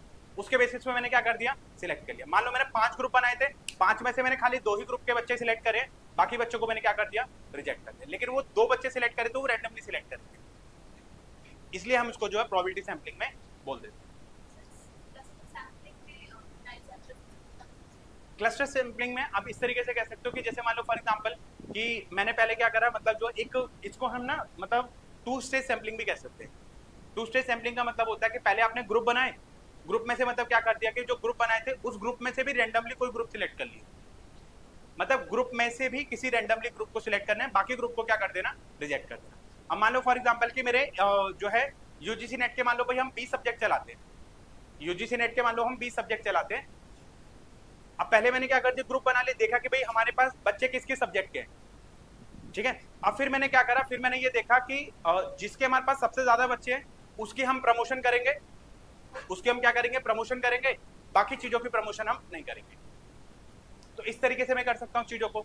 अब मान लो भाई आपके पास बहुत सारे ऑप्शन थे, बहुत सारे ऑप्शन में से किसी 2 ऑप्शन को सिलेक्ट कर लेना, किसी एक ऑप्शन को सिलेक्ट कर लेना, तो इस तरीके की जब चीजें आ जाती हैं तो क्लस्टर सैंपलिंग में आ जाती है, ठीक है। मल्टी स्टेज सैंपलिंग का मतलब होता है कि जब फर्दर क्लासिफिकेशन हो जाते हैं, जैसे मैंने क्या करा, ये आपकी पॉपुलेशन है, ये हमारी पूरी क्लास है जो पेपर 1 की बैठी है, पेपर 1 की क्लास को मैंने मेल फीमेल 2 पार्ट में डिवाइड कर दिया, ये हमारी मेल की पॉपुलेशन आ गई, ये हमारी फीमेल की पॉपुलेशन आ गई। मेल फीमेल में क्या कर दिया मैंने आपको बोल दिया कि भाई आपका जो एक तो हमारे जो मैरिड कपल है वो आपके इधर आ जाएंगे और जो अनमैरिड है वो इसमें आ जाएंगे, ठीक है। इसको भी मैंने 2 पार्ट में डिवाइड कर दिया। इसको मैंने फिर फर्दर डिवाइड किया किसमें, कि जो आपके वर्किंग और नॉन वर्किंग, मैरिड में भी क्या कर दिया, वर्किंग और नॉन वर्किंग, मतलब इसको अलग अलग कैटेगरीज में मैंने क्या कर दिया, डिवाइड कर दिया। अब ऐसा कह सकते हो ये हमारे क्या है, कंट्री है, ये हमारी क्या है, कंट्री, और कंट्री को क्या कर दिया मैंने, पहले स्टेट के बेसिस पे डिवाइड किया। अब एक कंट्री में क्या है हमारे, लेट्स से 28 स्टेट है, ठीक है। अब उस स्टेट में से मैंने क्या करा, कुछ स्टेट मैंने क्या कर दिए, सिलेक्ट कर लिए। जैसे मान लो 28 स्टेट में से मैंने रैंडमली क्या कर दिए, 3-4 स्टेट मैंने सिलेक्ट कर लिए। जैसे मान लो for example Delhi, Haryana, UP और आपका लेट्स से गुजरात और पंजाब, ये 5 स्टेट मैंने क्या कर दिए, सिलेक्ट कर लिए। अब इस 5 स्टेट को, बाकी सारे मैंने छोड़ दिए, ये 5 स्टेट मैंने क्या कर दिया, सिलेक्ट कर लिए। अब इस स्टेट को मैंने क्या कर दिया, डिस्ट्रिक्ट्स के बेसिस पे डिवाइड कर दिया। हर स्टेट को मैंने डिस्ट्रिक्ट्स में डिवाइड कर दिया। मान लो किसी में हमारे 25 डिस्ट्रिक्ट्स है, किसी में मान लो भाई 30 डिस्ट्रिक्ट्स हैं, किसी में 60 डिस्ट्रिक्ट्स हैं। बड़ा स्टेट है तो उसके ज्यादा डिस्ट्रिक्ट्स होंगे, अब जो छोटा स्टेट है इसके कम डिस्ट्रिक्ट्स होंगे, तो उसको मैंने फर्दर डिवाइड किया। हर स्टेट में से मतलब कुछ डिस्ट्रिक्ट मैंने सिलेक्ट कर लिए और बाकियों को मैंने क्या कर दिया, रिजेक्ट कर दिया। फिर उस डिस्ट्रिक्ट को मैंने मतलब क्या करा, फर्दर डिवीजन करा, किसके बेसिस पे, सिटीज के बेसिस पे। डिस्ट्रिक्ट के अंदर छोटी छोटी सिटीज होती हैं, वो सिटीज के बेसिस पे हमने क्या कर दिया, उसको डिवाइड कर दिया। फिर उसमें से कोई रैंडमली सिटी सिलेक्ट कर ली, फिर बाकियों को मैंने क्या कर दिया, रिजेक्ट कर। जब इस तरीके से फर्दर जब कई सारे प्रोसेस हो जाते हैं और उसमें से फिर आप डेटा जो है कलेक्ट करते हो, तो उसको हम क्या बोलते हैं, उसको हम बोलते हैं मल्टी स्टेज सैंपलिंग। मतलब हमने जैसे दिल्ली है, दिल्ली को हमने डिवाइड करा डिस्ट्रिक्ट में या मतलब आपके जोन में डिवाइड किया, और जोन को फिर आपने जो है फिर आपने उसको जो है छोटे सेक्शंस को डिवाइड किया, और फिर उसमें से भी फिर आपने क्या कर दिया, एरिया वाइज आपने उसको डिवाइड कर दिया, और एरिया के बाद मतलब फिर आपने क्या कर दिया, उसको लोकेलिटी वाइज आपने क्या कर दिया, उसको फर्दर डिवाइड कर दिया, ठीक है। तो उसके बाद जब आप डेटा अपना कलेक्ट कर रहे हो तो उसको हम क्या बोलते हैं, मल्टी स्टेज है। मल्टी स्टेज में मतलब कई सारी मतलब जो स्टेजेस हैं उसको क्लियर करने के बाद फिर आप जो है वो डेटा कलेक्ट करो। जैसे मतलब एक बड़ा सैंपल लिया, बड़े में से छोटा सैंपल लिया, छोटे में से फिर छोटा सैंपल लिया, फिर उसका भी एक छोटा सा सैंपल लिया, है ना। तो उसको जब आप कहते हो कि कई सारी स्टेजेस से होकर अगर कोई चीज आ रही है उसके बाद फिर आपका डेटा कलेक्ट होता है, तो उसको हम क्या बोलते हैं, मल्टी स्टेज सैंपलिंग, ठीक है। उसको हम क्या बोलते हैं, मल्टी स्टेज सैंपलिंग। जैसे मान लो फॉर एग्जांपल कितने सारे बच्चे फॉर्म भरते हैं, बहुत सारे बच्चे फॉर्म भरेंगे, ठीक है। मान लो 12 लाख बच्चे फॉर्म भरते हैं, लेट्स से सपोज कि 12 लाख बच्चे फॉर्म इसी के अराउंड भरते हैं, 11 लाख 12 लाख ऐसे बच्चे फॉर्म भरते हैं। अब उसमें से क्या होगा कि हमारा कुछ बच्चे अपीयर होंगे, कुछ बच्चे अपीयर नहीं होंगे। जरूरी नहीं है कि जिन बच्चों ने फॉर्म भरा वो अपीयर ही होंगे एग्जाम में, हो सकता है बहुत सारे बच्चे नहीं भी जाते, बहुत सारे बच्चे नहीं जाते एग्जाम देने। तो कुछ बच्चे गए, कुछ बच्चे नहीं गए। 12 लाख बच्चों ने फॉर्म भरा, 10 लाख बच्चे जो हमारे एग्जाम में बैठे, 2 लाख बच्चे हमारे गए ही नहीं। अब उस 10 लाख में से कुछ बच्चों का पीएचडी निकलेगा, पीएचडी ओनली क्वालिफाई होगा। उसके बाद कुछ बच्चों का जो हमारा नेट निकलेगा, और उन्हीं में से कुछ सिलेक्टिव कैंडिडेट्स का जीआरएफ निकलेगा। तो वो कुछ वाले कितने होंगे, अंडर 100 होते हैं या अंडर 1000 होंगे। लैक्स में से 1000 के अंडर में ही आते हैं। टोटल मिला के आपके जीआरएफ कितने जाते हैं, हार्डली 5 से 7000। 7000 भी ज्यादा बता दिया मैंने आपको। टोटल ऑल ओवर इंडिया में आपके कितने जीआरएफ गए हैं, हार्डली पिछली बार जो गए थे वो 4-5 हजार गए थे, इससे ज्यादा नहीं जाते। ठीक है, जीआरएफ से ज्यादा कैटेगरी होती है किसकी, नेट की। अब मान लो जो है ज्यादा नेट आपके कितने गए होंगे, मान लो जो है 20-30 हजार मतलब जो है आपके नेट जाते हैं। 20-30 हजार भी ज्यादा बता दिए, 10-12-15 हजार मतलब आपके नेट जाते हो। और आपके जो जीआरएफ वाली मतलब आपकी जो पीएचडी वाली कैटेगरी है वो थोड़ी सी ज्यादा हो जाती है, क्योंकि उसका होना ना होना बराबर है। पीएचडी ओनली का होना ना होना बराबर है, तो इसलिए मतलब आप जो उसको तो टारगेट नहीं करें, आप जो है बड़े लेवल को टारगेट करें। ठीक है, आप नेट को और उसके बाद फिर आपका जो है जीआरएफ। जिनकी एज है वो जीआरएफ को टारगेट करें डायरेक्टली, और जिनका एज नहीं है वो जीआरएफ को टारगेट नहीं कर सकते, उनके लिए सिर्फ आपका यही है कि भाई वो नेट को ही टारगेट करें। ठीक है, तो ये सारा मतलब क्या हो गया, एक मल्टी स्टेज मतलब चीजें आपकी आ गई। अब जैसे मान लो कुछ सीट आपकी मतलब जो है जीआरएफ के लिए चली गई, फिर हमने मतलब जीआरएफ के थ्रू मतलब जो एडमिशन ले लिया, उनको स्कॉलरशिप मिलेगी। तो ये चीजें फिर मल्टी स्टेज में होती हुई चली जाएंगी। जैसे प्रीलिम्स हो गया, फिर मेंस हो गया। प्रीलिम्स में से कुछ बच्चे क्वालिफाई होंगे, वो मेंस में जाएंगे। मेंस में बच्चे कुछ क्वालिफाई होंगे, वो आपके इंटरव्यू में बैठेंगे। इंटरव्यू में कुछ बच्चे क्वालिफाई होंगे, इन सबके फिर मेरिट बनेगी। मेरिट में से भी कुछ बच्चे बाहर हो जाएंगे। अब मान लो इतने सारे बच्चों मतलब जो इंटरव्यू बैठे, सारे स्टेज में बैठे, उसके बाद एक फाइनल मेरिट बनेगी। फाइनल मेरिट में भी कुछ क्रीमी स्टूडेंट जो होते हैं उनका सिलेक्शन होगा, बाकी बच्चों का सिलेक्शन नहीं होगा। आप इंटरव्यू तक पहुंचने के बाद सब चीजें क्वालिफाई करने के बाद भी अगर आपका फाइनल लिस्ट पे नंबर नहीं आता है, तो इसका मतलब सारी मेहनत आपकी क्या हो गई, बेकार हो। ठीक है, मैंने नेट क्वालिफाई किया, मैंने जो है पीएचडी का फॉर्म भरा, मैं इंटरव्यू में अपीयर हुआ, मेरे सारे मतलब जो है चीजें आपकी हुई, लेकिन मेरी जो फाइनल लिस्ट कैंडिडेट की लिस्ट लगी उसमें मेरा नाम ही नहीं आया, तो इसका मतलब मेरा सिलेक्शन नहीं। और जिसका नाम आ गया, इसका मतलब वो कैंडिडेट क्या हो गया, सिलेक्ट हो गया। ऐसे ही इसमें भी आता है जब मल्टी स्टेजेस में जा रहे हो, मतलब पहले प्रीलिम्स में कुछ बच्चे छाट दिए आपने, फिर उसके बाद मेंस में कुछ बच्चे छाट दिए, उसमें से कुछ बच्चों को आपने इंटरव्यू के लिए बुलाया, और इंटरव्यू के बाद फिर आपने सबकी फाइनल मेरिट बनाई। फाइनल मेरिट में से कुछ बच्चों का आपका सिलेक्शन हुआ। अब जैसे यूपीएससी कितने सारे बच्चे जाते हैं, एस्पिरेंट बहुत सारे होते हैं, मान लो 10-12-15 लाख बच्चे होते हैं जो यूपीएससी का फॉर्म भरते हैं। प्रीलिम्स कितने का क्वालिफाई होता है, बहुत कम बच्चों को क्वालिफाई होता है। प्रीलिम्स फिर भी ज्यादा बच्चों को क्वालिफाई होता है, लेकिन मेंस कितने का क्वालिफाई होता है, हार्डली 2 से 3 हजार बच्चों का मेंस क्वालिफाई होता है। अब उसमें से बच्चे जो वो किसके लिए जाते हैं, इंटरव्यू के लिए जाते हैं। फिर फाइनल जो मेरिट बनती है वो आपकी अंडर 1000 बनती है, 1000 से भी कम सीटें होती हैं। तो सोचो रेशो कितना कम है। तो ऐसे ही इसमें भी होता है, नेट में भी ऐसे ही होता है। नेट में भी मतलब क्या हो गया आपका कि भाई कई सारे बच्चे फॉर्म भरते हैं, उसमें से भी कुछ ही बच्चों का मतलब क्या होता है, जीआरएफ कुछ ही कैंडिडेट का निकलता है। तुम्हें पता है हमारे मैनेजमेंट में कितने जीआरएफ गए थे, 49 जीआरएफ गए थे। सोचो इतने सारे बच्चे मतलब जो है 12 लाख में से कम 50, 60, 70 हजार, 80 हजार बच्चे तो मतलब जो है मैनेजमेंट का फॉर्म भरते होंगे। अब उसमें से खाली 49 कैंडिडेट्स का ही क्या निकला है, जीआरएफ निकला है। अब जो जीआरएफ निकालना है वो बहुत टेढ़ी खीर हो गया, क्योंकि अब जो आपको अमाउंट पता है कम से कम 50-55 हजार रुपए का अमाउंट मिलता है। तो सरकार अपनी कॉस्ट भी देख रही है, खाली तुम्हें नहीं देख रही है, अपनी कॉस्ट भी देख रही है। हर बच्चों को जीआरएफ नहीं दे सकते हैं, और वैसे भी जीआरएफ की जो कैटेगरी होती है वो अलग ही हो जाती है। तो कम से कम 15-20 नंबर का डिफरेंस नेट वाले बच्चों में और आपका जीआरएफ वाले बच्चों में रहेगा। तो वो 10-12 क्वेश्चन जो होते हैं ना, वही आपको जीआरएफ लेकर आएंगे। ठीक है, तो इसलिए आपको क्या करना है, इन सब चीजों को क्लियर करना है। ठीक है, चलिए अब हम बात करते हैं किसके बारे में, ये सारी चीजें हो गई। इसके बाद हम बात करेंगे किसके, नॉन प्रोबेबिलिटी टेक्निक के बारे में। जैसे मैंने आपको बताया कि नॉन प्रोबेबिलिटी टेक्निक जो होती है वो एक ऐसी टेक्निक होती है, not every item has equal chance to get selected. हर आइटम के पास इक्वल चांसेस नहीं होते हैं सिलेक्शन होने के। ठीक है।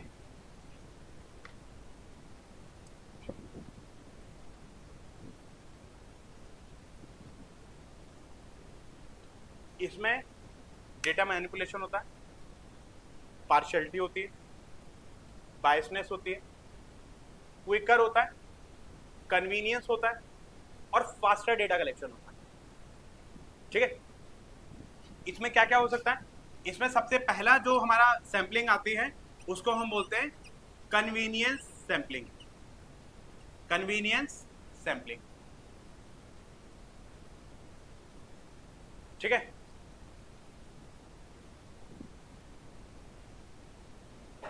कन्वीनियंस सैंपलिंग, ठीक है। उसके बाद नेक्स्ट जो सैंपलिंग आती है इसमें वो आती है हमारी पर्पसिव और judgemental sampling. Purposive, PURPOSIVE, purposive sampling, और आप इसको जजमेंटल सैंपलिंग भी कह सकते हैं, ठीक है। जजमेंटल। एक इसमें आती है स्नोबॉल सैंपलिंग। स्नोबॉल सैंपलिंग, ये क्वेश्चन कई बार पूछा गया एग्जाम में कि स्नोबॉल सैंपलिंग जो है वो कौन सी टेक्निक है, प्रोबेबिलिटी सैंपलिंग टेक्निक है या नॉन प्रोबेबिलिटी सैंपलिंग टेक्निक है। ऐसा क्वेश्चन भी कई बार एग्जाम में आ जाता है, ठीक है। उसके बाद एक आता है हमारा कोटा सैंपलिंग। एक आता है हमारा कोटा सैंपलिंग। कोटा सैंपलिंग, देखो सबसे पहले हम बात करते हैं क्या, कन्वीनियंस सैंपलिंग। देखो कन्वीनियंस सैंपलिंग का मतलब क्या होता है? देखो जब मुझे बोला जाए कि भाई क्या नाम है, आपको क्या करना है, डेटा कलेक्ट करना है। मुझे बोला गया कि सर आप एक काम करो, अपने नियर बाय, मतलब आपको एक मॉल का डेटा कलेक्ट करना है। आपको क्या करना है, एक मॉल का डेटा कलेक्ट करना है। अब मुझे मॉल का डेटा कलेक्ट करने के लिए बोला गया, तो मैं क्या करूंगा, मैं कहां पे जाऊंगा मॉल में, जो मेरे घर के नियर बाय होगा, पहली चीज। दूसरी चीज, किस टाइम जाऊंगा, जिस टाइम पे मैं फ्री होऊंगा। जिस टाइम पे मैं फ्री हूं, मुझे डेटा कलेक्ट करना तो मैं अपने हिसाब से जाऊंगा ना। मुझे बोल दिया कि 100 लोगों से डेटा कलेक्ट करो, तो मैं अपने हिसाब से 100 लोगों से डेटा कलेक्ट करूंगा। सबसे पहला मेरा जो काम आएगा, मेरे दिमाग में आएगा, मेरे नियर एंड डियर जितने भी ग्रुप्स हैं मैं सबको फॉरवर्ड कर दूंगा और बोल दूंगा कि आपको ये डेटा बनना है। मेरे मान लो जो फ्रेंड्स हैं या जो नियर एंड डियर हैं उनको क्या करना है, उनको बोल दूंगा कि यार ये डेटा फॉर्म जो प्लीज फॉर्म भर के दे दो। वही लोग फॉर्म भर के देंगे और बाकी लोग तो फॉर्म भर के नहीं देंगे। उसमें से भी 10 बार बोलूंगा तब भर के देंगे, नहीं तो वो भी भर के नहीं देंगे, है ना। अब मान लो हमारे कॉलेज में 3000 बच्चे हैं और मुझे बोला कि सर आप एक काम करो, 100 लोगों से डेटा लेकर आओ और उनसे ये पूछो कि वो हमारी सर्विसेज से सेटिस्फाइड है या नहीं। मुझे काम पकड़ा दिया, ठीक है। अब मैं डेटा कैसे कलेक्ट करूंगा? कायदे में तो मुझे ऐसा करना चाहिए कि मैं रैंडमली किसी किसी बच्चे के पास जाऊं और उससे मैं डेटा कलेक्ट करूं, लेकिन मैं इतनी मेहनत नहीं करूंगा। मैं क्या करूंगा, मेरी एक क्लास है जिसको मैं पढ़ाने जाता हूं, उसमें है मेरे 60 बच्चे। मैंने उसके मॉनिटर को पकड़ा, उसके सीआर को पकड़ा मैंने और उसको बोल दिया कि भाई एक काम करो, इधर आ जाओ। ये मेरा एक फॉर्म है, एक सर्वे है जो आप सभी बच्चों को क्या करना है, फिल करना है। इसके बिना आप लोग को इंटरनल के नंबर नहीं मिलेंगे, ठीक है। और ये चीजें क्या है, कंपलसरी है और आज ही आप लोग को क्या करना है, ये सबमिट करके देना और ये बता देना कि ये कंपलसरी है, इसके बिना नंबर आपको नहीं मिलेंगे। मैंने अपना काम क्या कर दिया, उसको पकड़ा दिया, उसने वो ग्रुप में क्या कर दिया, सर्कुलेट कर दिया। 50 बच्चों का 60 बच्चों का डेटा आ गया। ऐसे ही मैं दूसरी क्लास में गया, मैंने उनको बोला भाई हाँ भाई मॉनिटर कौन है इस क्लास का, एक काम करो इधर आ जाओ, मैं आपको एक डेटा दे रहा हूँ, एक फॉर्म दे रहा हूँ, एक शीट दे रहा हूँ। वो शीट क्या करनी है, आप लोग को अपनी क्लास के बच्चों से फिल करवानी है और ये काम आज ही हो जाना चाहिए। मुझे आज ही मैनेजमेंट को सबमिट करना है। इसके 2 नंबर आपको एक्स्ट्रा मिलेंगे, इंटरनल नंबर, क्योंकि बिना लालच के कोई बच्चा फॉर्म नहीं भरेगा। जब तक आप उनको नहीं दिखाओगे भाई ये कंपलसरी है, इसके नंबर कट जाएंगे, दिस दैट फलाना तगड़ा, तो जब तक आप ये नहीं बताओगे तब तक वो फॉर्म ही नहीं भरेंगे। तो ये क्या हुआ, मेरी कन्वीनियंस के हिसाब से, मतलब क्या हो गया, मैंने डेटा कलेक्ट कर लिया। अब आप ये नहीं कह सकते कि डेटा गलत है और आप ये भी नहीं कह सकते कि डेटा सही है। भाई डेटा तो मैंने कलेक्ट किया है, लेकिन वो डेटा गलत तरीके से कलेक्ट हुआ है, क्योंकि एक ही जगह से डेटा कलेक्ट कर लेना तो वो चीज क्या है, गलत। मान लो मुझे बोला गया था कि भाई सर आप एक काम करो, मॉल में जाओ, मॉल में से डेटा कलेक्ट करो। मैं क्या गया, सुबह 6 बजे चला गया मॉल में, और देखा तो वहां पे मतलब जो 3 दिन गया और तीनों दिन मॉल बंद था, और मैंने जाके अपने उसमें लिख दिया कि ये मॉल तो हमेशा बंद रहता है।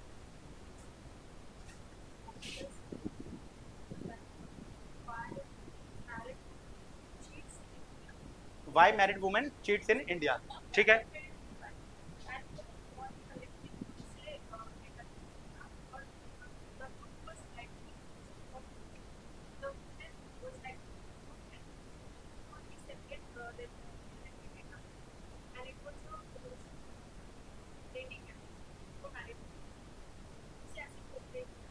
हाँ, मतलब मैंने क्या करा, कन्वीनियंस ने मतलब जो है लोगों से अपना जो डेटा है वो क्या कर दिया, सिलेक्टिव कर लिया। मैंने 20 लोगों से पूछा कि भाई एक काम करो कि भाई आपका, जैसे मान लो मैंने आप लोगों से पूछा कि भाई फॉर एग्जांपल कि आप लोग जरा मुझे बताओ कि आप लोगों में से कितने बच्चे मैरिड हैं। अब जैसे मान लो फॉर एग्जांपल कि आपने में से 2 बच्चों ने क्या करा, हैंड रेज करके सर हम मैरिड है, ठीक है। अब मैंने ये आइडियोलॉजी बना ली कि मतलब मैरिड स्टूडेंट कोचिंग नहीं लेते। मैंने क्या कर दिया, आइडियोलॉजी बना दी कि भाई मैरिड स्टूडेंट कोचिंग नहीं लेते। अब मान लो मैंने रैंडमली पूछा और लकीली किसी दिन मेरी क्लास में ज्यादातर मैरिड बच्चे थे, और मैंने ये आइडियोलॉजी बना दी कि भाई ज्यादातर मैरिड बच्चे क्या करते हैं, कोचिंग लेते हैं। जबकि आइडियोलॉजी क्या हो सकता है कि हमारी आइडियोलॉजी गलत हो। तो इसके बेसिस पे सारा रैंडम मतलब डेटा सिलेक्ट करना और इसके बेसिस पे कोई आइडियोलॉजी बना देना, तो वो चीज क्या हो जाती है, गलत हो जाती है। तो ऐसे में हम लोग जो है कन्वीनियंस सैम्पलिंग, जो रिसर्चर को कन्वीनियंट लगती है, जो मतलब हमें कन्वीनियंट लगती है, उसको हमने क्या कर दिया, डेटा अपना कलेक्ट कर लिया, ठीक है। उसके बाद नेक्स्ट आता है पर्पसिव और जजमेंटल सैम्पलिंग।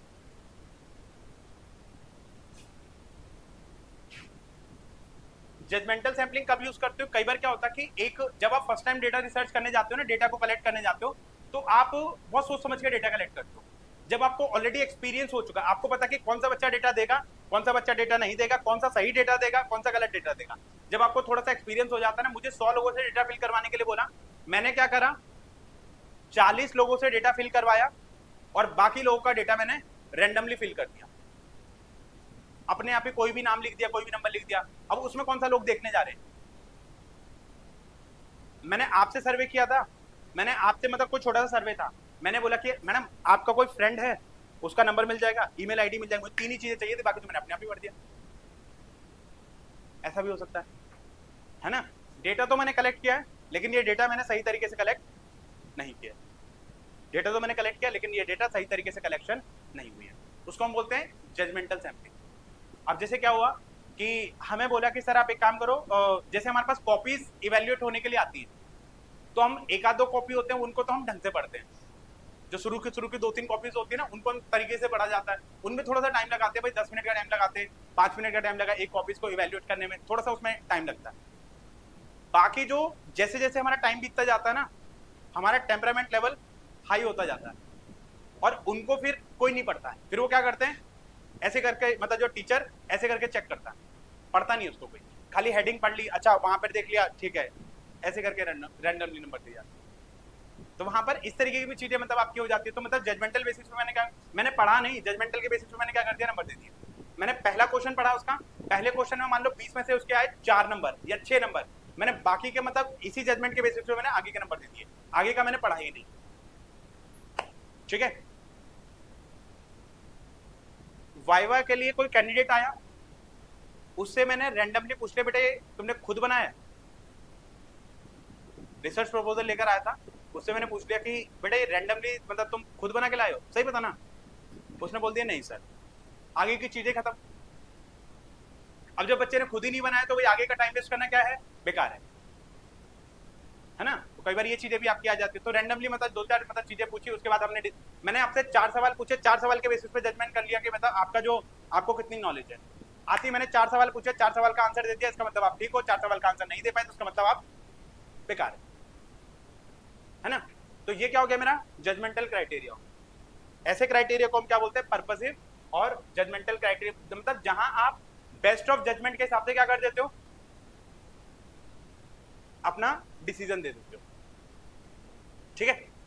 चलिए इसके बाद हमारा क्या होता है, स्नोबॉल सैंपलिंग होती है। स्नोबॉल सैंपलिंग को हम रेफरेंस सैंपलिंग भी कह देते हैं। ये क्या होती है,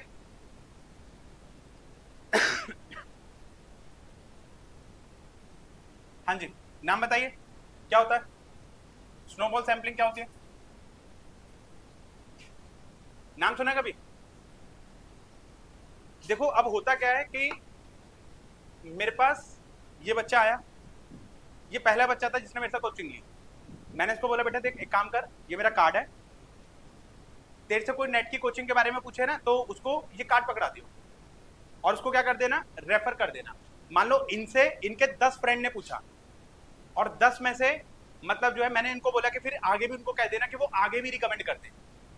ठीक है, इन्होंने 10 लोग को रिकमेंड किया, 10 में से 4 बच्चे आए, 4 में से फिर आगे रिकमेंड किया, उस 4 में से कोई एक आधा बच्चा आ गया, फिर उसने आगे रिकमेंड किया, उसमें से कोई रिकमेंड आ गया। तो ऐसे करके मतलब हमारी पूरी चेन बनती चली जाती है। एक MLM बिजनेस का नाम सुना है? मल्टी लेवल मार्केटिंग या चेन नेटवर्क की मार्केटिंग उसको हम कहते हैं। तो वो क्या सिस्टम होता है? वो सिस्टम ये कहते हैं कि मतलब आप जो है अपने नीचे सिर्फ 3 लोग को जोड़ना है, वो उनके नीचे 3 लोग को जोड़ेंगे, फिर वो उनके नीचे 3 लोग को जोड़ेंगे। मतलब ऐसे करके सिस्टम चलता है। जैसे ये एक बंदा है जिसने ये पूरी चेन स्टार्ट करी, इसने क्या करा, इन 3 बंदों को जोड़ा, ठीक है, और इसने फिर ये 3 लोग को जोड़ा, इसने फिर ये 3 लोग को जोड़ा और इसने ये 3 लोग को जोड़ा। ऐसे करके मतलब ये जो है 3-3 लोगों को ये आगे करके क्या कर रहे हैं, 3-3 लोगों को आगे जोड़ रहे हैं। तो ऐसे करके करते करते करते करते करते मतलब ये पूरा एक पिरामिड बन जाएगा, पूरी क्या बन जाएगी, पूरी एक चेन बन जाएगी। अब मान लो गलती से ये बंदा भाग जाता है, पूरी चेन ही डिस्टर्ब हो जाती है, क्योंकि ये बंदा सिर्फ अपने ऊपर वाले बंदे को जानता है, बाकी वो किसी को जानता ही नहीं है, और इसका शेयर इस तक भी जाता है, लेकिन हमारे पास किसका शेयर आ रहा है हमें नहीं पता होता। ठीक है, अब जैसे मान लो फॉर एग्जांपल कि एक बच्चे ने मेरे को फोन करा, सर मुझे शिवानी ने नंबर दिया था। बेटा कौन शिवानी? अब मैं शिवानी को जानता ही नहीं।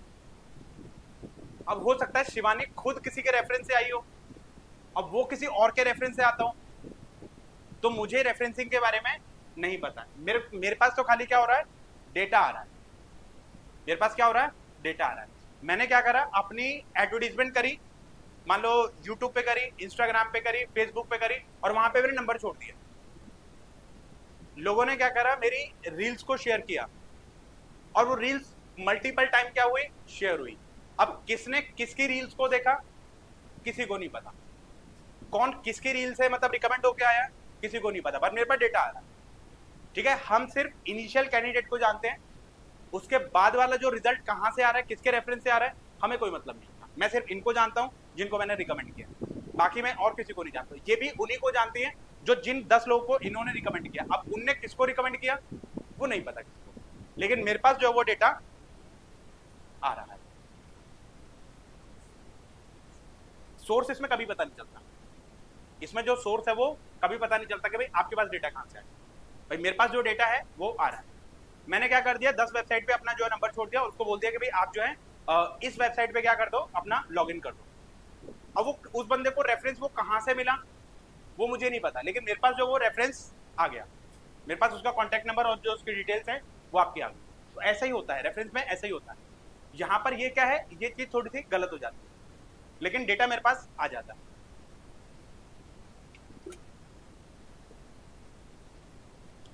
एक होती है मेरी कोटा सैंपलिंग। कोटा सैंपलिंग क्या होती है?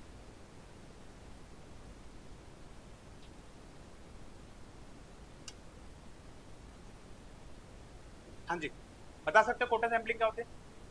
जी बताइए।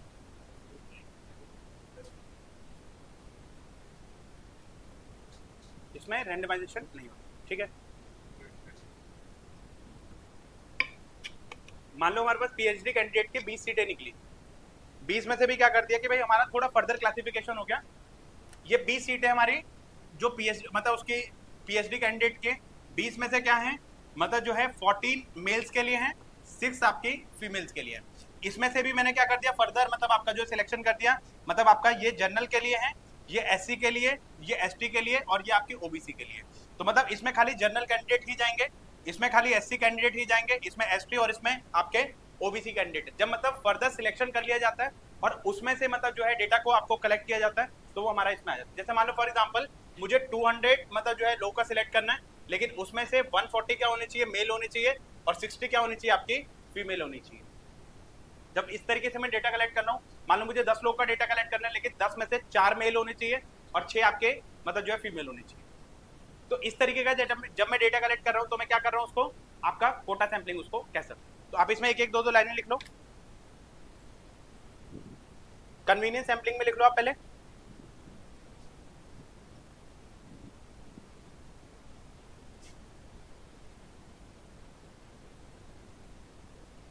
Selecting the sample whoever is easy to reach, whoever easy to reach मतलब जो हमारे पास easy to reach रहता है, जहां पे हम easily पहुंच सकते हैं, जो मुझे रिसर्चर को कन्वीनियंट लगता है। रिसर्चर ने अपनी सुविधा के अनुसार क्या करा, डेटा का कलेक्शन किया और डेटा को अपना जो है वो कलेक्ट किया। तो ऐसी सैम्पलिंग को हम क्या बोलते हैं, कन्वीनियंस सैम्पलिंग। A researcher, जैसे मान लो for example, a researcher collect the data from nearby person, from nearby person or whosoever reach the first at his place।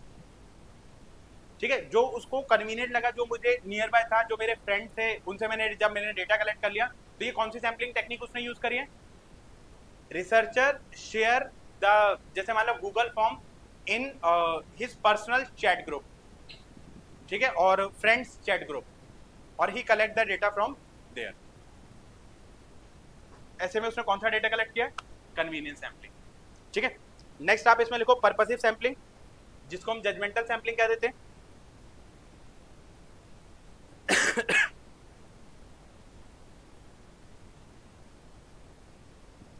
इसमें आप लिख सकते हो रिसर्चर सिलेक्ट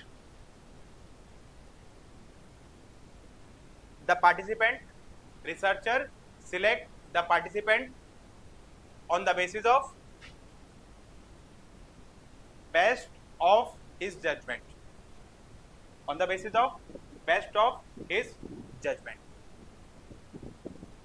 और specific characteristics, based on best of his judgment और characteristics, मतलब जो भी उसकी कैरेक्टरिस्टिक्स है, कोई एक कैरेक्टरिस्टिक्स मैंने उठा दिया और उसके बेसिस पे मैंने क्या कर दिया, उसको जजमेंट कर दिया, बेसिस पे मैंने क्या कर दिया, उसको सिलेक्ट कर लिया।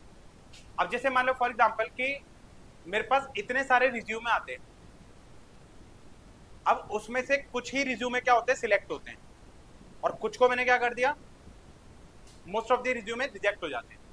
मैंने क्या करा, अपने एआई को बोल रखा है, कुछ कीवर्ड दे दिए उसको मैंने, जैसे आपका job skills, team management, leadership skills, ये कुछ कीवर्ड दे दिए मैंने उसको। ठीक है, अब मैंने उसको बोला जिस जिसके रिज्यूमे में ये कीवर्ड्स हैं उनको सिलेक्ट कर लो, बाकी को क्या कर दो, रिजेक्ट कर दो। तो ये हमारा क्या हुआ, एआई ने उसके बेसिस पे मतलब क्या कर दिया, पूरा बेस्ट ऑफ जजमेंट के हिसाब से जो मैंने उसको कीवर्ड दिए उसके बेसिस पे क्या कर दिया, उसने सिलेक्ट कर लिया। बाकी को क्या कर दिया, उसने पूरा रिज्यूमे पढ़ा ही नहीं, उसके रिज्यूमे में कहीं पर भी ये कीवर्ड आपका आ गया तो उसको क्या कर दिया, उसने सिलेक्ट कर लिया, बाकी को क्या कर दिया, उसने रिजेक्ट कर दिया।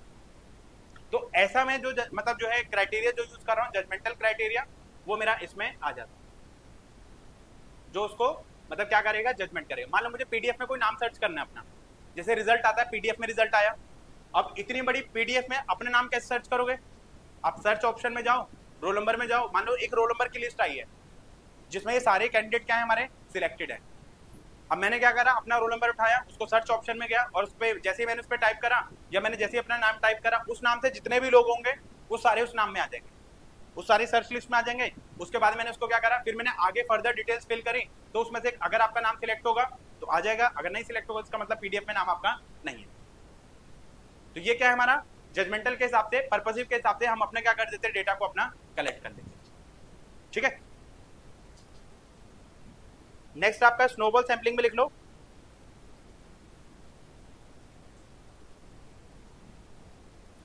existing participant refer the data to further participant।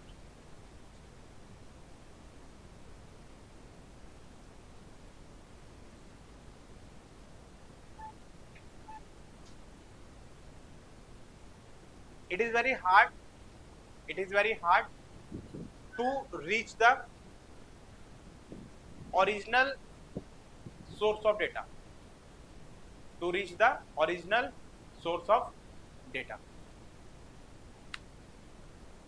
एक फाइल मल्टीपल टाइम फॉरवर्ड हुई है, अब आप ये पता नहीं लगा सकते कि जो फाइल ओरिजिनेट हुई है वो कहां से हुई है, तो वहां पर इस तरीके की जो चीजें हो जाती है वो हमें नहीं पता, लेकिन हम उस बंदे को जानते हैं जिसने हमें फॉरवर्ड करी है, हम खाली उसी को जानते हैं। अब उसको किसने फॉरवर्ड करी ये किसी को नहीं पता होती है, ठीक है, लेकिन फाइल मल्टीपल टाइम क्या हुई है, फॉरवर्ड हुई, ठीक है। इसलिए कई बार होता है, अब तो आजकल मतलब जो है व्हाट्सएप पे भी मैसेज आ गया फॉरवर्ड, मतलब जो है उसमें मतलब जो मैसेज आपका फॉरवर्डेड मतलब आपका हो रहा है तो उसमें फॉरवर्डेड लिखा हो जाता है, तो इसमें आपको समझ आ जाता है कि भाई ये मैसेज ऐसे चिपकाया जा रहा है ना। तो वही वाले फॉरवर्ड का मतलब यही होता है कि भाई इन्होंने मुझे भेजा, मैंने वो आपको क्या कर दिया, आपको भेज दिया, आपने किसी और को भेज दिया। पहले तो मल्टीपल टाइम आपका हो जाता था, लेकिन आज तो सिलेक्टिव लोगों को ही मतलब जो आप फॉरवर्ड कर सकते हो, ग्रुप में भी सिलेक्टिव पीपल्स को ही आप फॉरवर्ड कर सकते हो, 5 ही लोगों को मतलब क्या कर सकते हैं उसको फॉरवर्ड कर सकते हैं, इससे ज्यादा लोगों की फॉरवर्डिंग आपकी नहीं। इसके लिए लोगों ने लेकिन क्या करा, इसके लिए लोगों ने ऑल्टरनेट ऑप्शन ढूंढ लिया, लोगों ने टेलीग्राम यूज करना शुरू कर दिया। अब टेलीग्राम पे क्या होता है, मल्टीपल फॉरवर्डिंग हो जाती है, एक बार एक ही ग्रुप में मतलब जो कई सारे लोगों को एक साथ फॉरवर्डिंग हो जाती है। जो काम पहले व्हाट्सएप करता था वही फीचर्स आपके जो वो टेलीग्राम में आ गए, तो टेलीग्राम क्या बन गया, दूसरा व्हाट्सएप बन गया आपका। सबसे ज्यादा जो ट्रैफिक के अड्डा जो बना है वो आपका टेलीग्राम ही बना है। जो सारे गलत काम होते हैं वो सारे आपके जो है वो किससे होते हैं, टेलीग्राम से होते हैं। पेपर लीक होते हैं वो हमारे इसमें आते हैं, हाँ पायरेटेड मूवीज हैं आपके जो, और बहुत सारी मतलब चीजें हैं जो सब आपका जो टेलीग्राम से आती है। अच्छा इसमें भी कई बार आपका ऐसा हो जाता है कि जैसे मतलब बहुत सारा मतलब जो डेटा उसमें व्हाट्सएप पे फिर भी मतलब आपको जो है थोड़ा सा मतलब कई सारी फाइल फॉर्मेट वगैरह सपोर्ट करना, साइज वगैरह का मतलब थोड़ा सा दिक्कत होती है, उसमें फिर भी बहुत सारी चीजें मतलब आपकी नहीं आती, लेकिन इस पे साइज का कोई इशू नहीं है। आपका जो है जिप फोल्डर आप फॉरवर्ड कर सकते हो, आप जो है बहुत सारी चीजें मतलब आप मल्टीपल टाइम आप फॉरवर्ड कर सकते हो, बहुत सारे लोगों को आप एक साथ फॉरवर्ड कर सकते हो, उसमें बाकी चीजों की कोई दिक्कत नहीं है। बस इसमें एक काम अच्छा है, आप किसी की आइडेंटिटी पता नहीं लगा सकते। टेलीग्राम पे आप किसी की आइडेंटिटी पता नहीं लगा सकते कि भाई कौन बंदा मतलब क्या है, उसमें नंबर आपका शो नहीं होता। कोई भी बंदा किसी भी नाम से मतलब जो है वो चैटिंग कर सकता है, बात कर सकता है आपसे, ना तो आप उसका नंबर आपके पास आएगा ना आपका नंबर उसके पास जाएगा। एक खाली डायलिंग डिटेल्स जो होती है वो सिर्फ जाती है आपकी, इसके अलावा आप कभी भी ट्रैफिकिंग नहीं कर सकते उसकी, कि मतलब वो ट्रैकिंग आप नहीं कर सकते कि ये आईडी कहाँ से मतलब जो ओरिजिनेट हो रही है। ये काम थोड़ा सा सही है और काफी हद तक गलत भी है, ठीक है। सही इसलिए कि पर्सन की सही आइडेंटिटी नहीं जाती है, भाई कोई गर्ल्स है कोई मेल है कोई, क्योंकि टेलीग्राम पे हो सकता है कि आधे लड़के लड़कियों की आईडी बना के मतलब जो बात कर रहे हैं, आधी लड़कियां लड़कों के नाम से आईडी बना के मतलब जो आपसे बात कर रही है। आप कैसे पता लगाओ कि भाई सामने वाला जो है वो लड़का है या लड़की है। एंजल प्रिया हो सकता है कोई लड़का हो, है ना। फेसबुक वगैरह पे देखो तो आधे से ज्यादा मतलब क्या है, आधे से ज्यादा आईडी लोग की मतलब जो क्या होती है, फेक होती है, प्रोफाइल किसी और की होती है, नाम किसी और का होता है, चला कोई और होता है, लेकिन लोग खाली प्रोफाइल पिक से देख के मतलब क्या कर सकते हैं, उससे लोग आइडिया लगा सकते हैं। आजकल एआई के बेसिस पे मतलब इस पे ट्रस्ट कर पाना बहुत ज्यादा मुश्किल हो गया। हो सकता है कि मैंने किसी की जो है फोटो कहीं से डाउनलोड करी और उसको डाउनलोड करके मैंने क्या कर दिया, एक डीपी लगा दी, और डीपी लगा के उसी के नाम से मैंने क्या कर दिया, एक प्रोफाइल जनरेट कर दी। अब उससे मैं लोगों को क्या कर रहा हूँ, मैसेजेस शेयर कर रहा हूँ। अब जिसको पता है कि भाई ये इनकी आइडिया या जो इनको जानते हैं तो वो तो उस पर रिस्पॉन्ड कर देंगे, और बहुत सारे लोग लड़की को देख के मतलब जो रिस्पॉन्ड करते हैं, तो ऐसा भी हो जाता है। तो कई बार लोग क्या करते हैं, इसके नाम से भी मतलब जो है फंस जाते हैं। ऐसे ही किसमें किसमें टेलीग्राम पे ना, हाँ किसी के पास भी मतलब जो आपका डेटा कुछ भी जा सकता है, तो इसलिए मतलब ये चीज जो वो सबसे गलत है। आपको नहीं पता कि मतलब आपके पास जो डेटा है वो कहाँ से आया, कौन उसको मतलब जो ऑपरेट कर रहा है, ठीक है। एक मैंने वीडियो देखी थी कि एक बंदे ने पहले 100 फोन खरीदे, 100 फोन खरीदे, और उसको अलग अलग उस पर क्या करा, उनकी सबकी बैटरी निकाली, सबकी बैटरी निकाल के एक उस पर मतलब जो है कनेक्ट किया उसको, और फिर उसको क्या कर दिया, एक लैपटॉप से कनेक्ट कर दिया उसको। मतलब एक बार जब वो लाइव आता था ना तो सिर्फ एक क्लिक करता था, वो 100 फोन में क्या होता था, लाइव आ जाता था। होता क्या था, व्यूज बढ़ाने के लिए, उससे फिर पैसा आएगा, ठीक है। तो ये मतलब सोचो लोग व्यूज बढ़ाने के लिए और इन सब चीजों के लिए, क्योंकि आपको दिख रहा है कि भाई वॉच टाइम आपका बढ़ेगा, मतलब एक साथ आप 100 फोन से मतलब जो है लॉग इन हो रहे हैं एक साथ में, तो आपका वॉच टाइम बढ़ेगा। और ऑब्वियसली बात है कि आपकी प्रायोरिटी मतलब जो है हाई सेट हो जाएगी आपकी। 100 फोन से एक साथ मतलब जो है लाइक कर रहा है, एक साथ उसको कमेंट कर रहा है, अपने आप में मतलब जो उसकी रीच जो क्या हो जाएगी, बढ़ जाएगी। और तुम्हें पता है सोशल मीडिया के टाइम पे रीच जो वो सबसे बड़ा पॉइंट है आज की डेट में। जो ज्यादा ट्रेंडिंग होता है, सही गलत को कोई फर्क नहीं पड़ता, जिसकी ज्यादा रीच है वही सबसे ज्यादा क्या हो जाता है, ट्रेंडिंग पे आ जाता है। इस लोगों को कोई फर्क नहीं पड़ता, एल्गोरिथम को कोई फर्क नहीं पड़ता कि मतलब सही है गलत है क्या है, जो ज्यादा ट्रेंडिंग पे है, चाहे वो वल्गैरिटी ही क्यों ना हो, कोई किसी को गाली बक रहा है, कोई कुछ कर रहा है, कोई कुछ कर रहा है, मतलब ट्रेंडिंग पे जाना चाहिए बस। और जो ज्यादा ट्रेंडिंग पे वही चीजें मतलब क्या होती है, फॉलो होती है। और ऐसे ही देखते देखते चीजें क्या हो जाती हैं, वायरल हो जाती है। और एक वीडियो अगर आपकी वायरल हुई तो आपकी बाकी की जो रील्स है वो अपने आप ही क्या हो जाएंगे, ट्रेंडिंग पे चली जाएंगी। तो ऐसे मतलब जो है लोग इस तरीके की चीजें मतलब क्या कर रहे हैं, यूज कर रहे हैं, सिर्फ just because to earn of money. बाकी लोगों को कोई फर्क नहीं पड़ रहा कि मतलब कौन क्या है, सही है गलत है, मतलब क्या है, बस मेरी रील्स वायरल जानी चाहिए, फॉलोवर मेरे बढ़ने चाहिए, और मतलब जो है व्यूज मेरे जाने चाहिए। बाकी तो मतलब जो है सही है गलत है मुझे कोई फर्क नहीं पड़ता। ठीक है, चलिए कोटा सैम्पलिंग में आप लिख लो।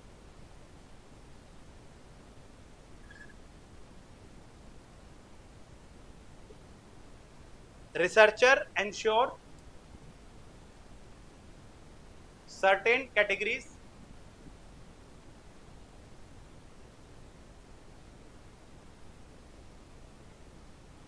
are represented in fixed proportion।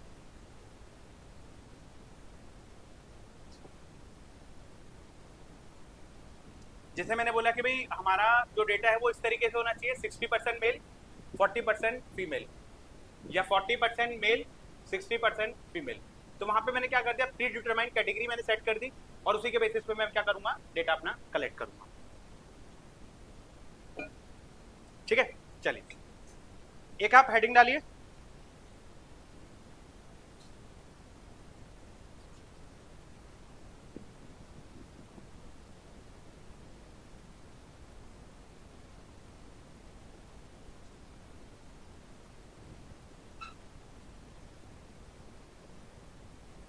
Hypothesis, एक हेडिंग डालो, हाइपोथेसिस। ठीक है, ये तो मैंने आपको बता ही दिया कि भाई हाइपोथेसिस हमारे क्या होता है। हाइपोथेसिस का मतलब क्या हुआ, it is a tentative assumption whose validity yet to be tested। ठीक है, इसका मतलब क्या हुआ, ये एक टेंटेटिव एजम्पशन है। टेंटेटिव एजम्पशन क्यों, टेंटेटिव एजम्पशन इसलिए क्योंकि अभी ये पूरी तरीके से स्टेटमेंट नहीं है। It is a tentative statement whose validity yet to be tested। इसका मतलब अभी सही गलत का कोई यूज अभी नहीं है, हो सकता है ये गलत हो और हो सकता है ये सही हो, तो ये क्या अभी टेम्परेरी स्टेटमेंट है, जिसको बाद में क्या करोगे आप, प्रूफ करोगे या उसको डिसप्रूव करोगे। ठीक है, तो इट इज अ स्टेटमेंट और assumption that predict relationship between two और मोर variable, that predict relationship between two or more variable in research। ठीक है, तो पहली चीज ये क्या करेगा, it provide direction for the researcher, it provide direction for the researcher. दूसरी चीज, it can be tested, it can be tested, इससे पहले वाली थी it provide direction to the researcher, क्योंकि हाइपोथेसिस से क्या मिल जाते हैं, रिसर्चर को डायरेक्शन मिल जाती है, और उसी के बारे में फिर वो क्या करेगा, उसी से रिलेटेड डेटा कलेक्ट करेगा, उसी को एक्सेप्ट करेगा, रिजेक्ट करेगा। एक तो इससे डायरेक्शन मिल गई, आपको सही डायरेक्शन मिल जाना मतलब आपके लिए बहुत बड़ी बात होती है। उससे भी बड़ी बात होती है कि मतलब जो भी आपके पास डेटा कलेक्शन हो रहा है उसको हम क्या करेंगे, मतलब मतलब उसको सिलेक्ट करेंगे, एक्सेप्ट करेंगे या रिजेक्ट करेंगे, ये हम बाद में डिसाइड कर लेंगे। तो हाइपोथेसिस के बेसिस पे ही हम उसको एक्सेप्ट करेंगे या रिजेक्ट करेंगे, ये क्राइटेरिया हमारा क्या हो जाएगा, डिसाइड हो जाएगा। ठीक है, इसके फीचर्स लिख लीजिए। Features of it provide direction to the researcher. ठीक है, इसके बाद आप इसमें लिख सकते हो it can be tested, for acceptance और रिजेक्शन। हम उसको एक्सेप्ट करेंगे या रिजेक्शन करेंगे, उसके लिए क्या करेंगे, उसको टेस्ट किया जाएगा। अगर वो टेस्ट में प्रूफ हो जाता है, या तो देखो दो ही चीजें होंगी, या तो वो एक्सेप्ट होगा या वो रिजेक्ट होगा। अगर वो सही है तो आप उसको एक्सेप्ट कर सकते हो, या वो गलत है तो उसको क्या कर दोगे, रिजेक्ट करो। अब दोनों काम ही नहीं होंगे इसमें, दोनों काम एक साथ नहीं हो, तो आप सही भी गलत, सही भी कह रहे हो गलत भी, या तो आप बोलो कि भाई सही है तो आप उसको एक्सेप्ट कर लो, या आप बोलो कि गलत है तो आप उसको क्या कर दो, रिजेक्ट कर दो। तो रिसर्चर दोनों में से क्या करेगा, कोई एक काम करेगा। ठीक है, इसके फीचर्स लिखो।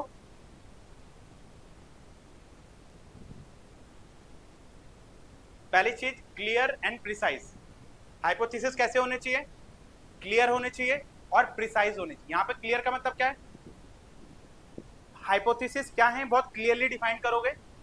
दूसरी चीज प्रिसाइज, बहुत लंबे चौड़े आप हाइपोथेसिस नहीं बनाओगे, क्योंकि बहुत ज्यादा लंबे चौड़े हाइपोथेसिस बना लिए ना आपने, बाद में चल के आपको क्या होगी, दिक्कत होगी। इसलिए आप स्टार्टिंग में ऐसे ही हाइपोथेसिस बनाओ जिसको आप बाद में क्या कर सको, प्रूफ कर सको। ठीक है, नेक्स्ट आपका, इट मस्ट बी टेस्टेबल।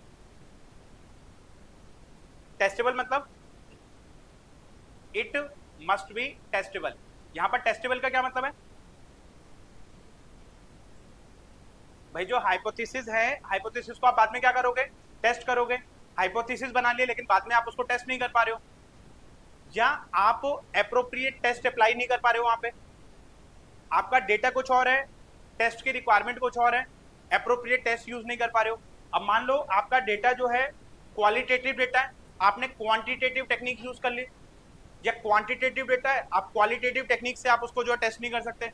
तो एप्रोप्रिएट डेटा के लिए क्या होता है, एप्रोप्रिएट टेक्निक्स होती है हमारी।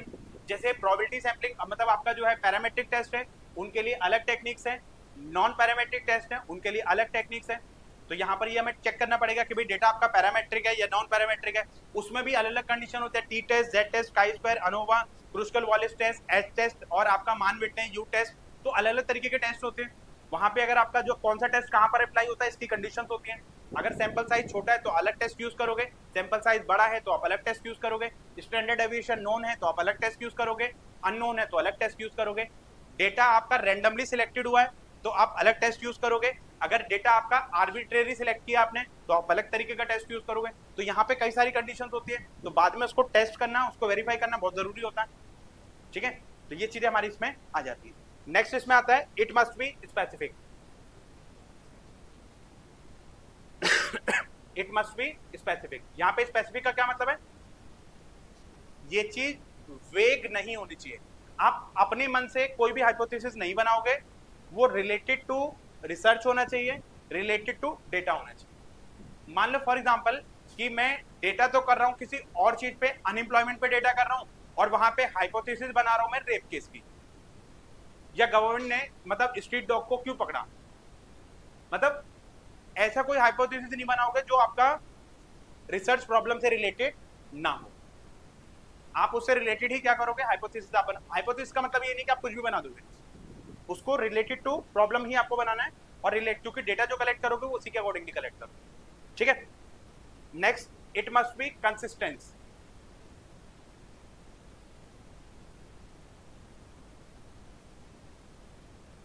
कंसिस्टेंस मतलब वेरिएबिलिटी नहीं होनी चाहिए उसमें। अगर बहुत ज्यादा वेरिएबिलिटी रहेगी तो आपका दिक्कत हो जाएगी, क्योंकि अलग अलग टाइम पे मान लो हाइपोथेसिस बनाए थे किसी टाइम पे, उस टाइम पे डेटा कुछ और था, जब आप वेरीफाई कर रहे हो उस टाइम पे कुछ और डेटा है, तो वहां पर आपको क्या हो जाएगा, दिक्कत हो जाएगी। ठीक है, इसके अलावा it must B simple, not contradictory. It must B simple, not contradictory. यहां पर कॉन्ट्राडिक्टरी से क्या मतलब है, कोई भी आप हाइपोथेसिस ऐसे नहीं बनाओगे जो एक दूसरे क्या है, कॉन्ट्राडिक्टरी है। मतलब पहले वाले में आपने बोला कि ए और बी सेम है, मतलब दो सैंपल हैं जो क्या हैं आपके सेम हैं, लेकिन दूसरे में आप बता रहे हो कि दो ए और बी दोनों सैंपल क्या हैं, अलग अलग हैं। तो ये दोनों क्या हो गए, एक दूसरे की कॉन्ट्राडिक्टरी हो गई। ठीक है, अब जैसे मतलब आपने क्या बोला कि हमारा जो शैम्पू है वो हेयर्स को क्या करता है, स्ट्रॉन्ग देता है, और दूसरे में बना दिया कि हमारा जो शैम्पू है वो सिल्की बनाता है। अगर वो सिल्की होंगे तो स्ट्रॉन्ग नहीं होंगे, अगर स्ट्रॉन्ग है तो वो सिल्की नहीं होंगे। ये दोनों क्या हो गए, एक दूसरे के कॉन्ट्राडिक्टरी हो गए, बहुत रेयर होते हैं। ऐसा नहीं है कि हो सकते हैं, लेकिन बहुत रेयर होते हैं, क्योंकि जो सिल्की हो जाएगा ना वो उसमें टफनेस मतलब आपकी जो थोड़ी सी कम हो जाएगी, तो कई बार ऐसी चीजें भी आ जाती है इसमें। ठीक है, नेक्स्ट आप लिखो इसमें टाइप्स ऑफ हाइपोथेसिस।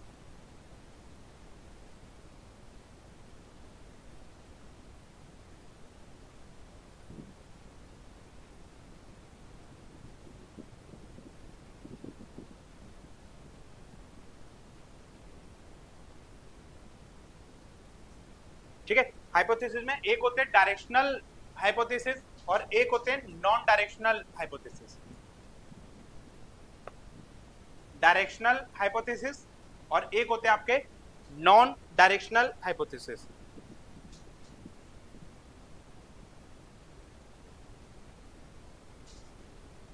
एक होते हैं हमारे सिंपल हाइपोथेसिस और एक होते हैं आपके कॉम्प्लेक्स हाइपोथेसिस।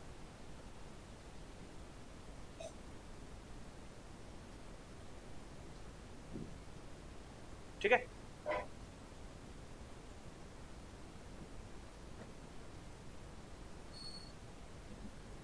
एक होता है आपका नल हाइपोथेसिस और एक होते हैं आपके अल्टरनेट हाइपोथेसिस।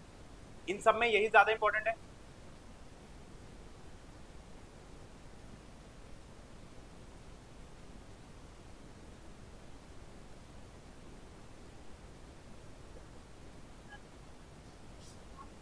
अल्टरनेट हाइपोथेसिस,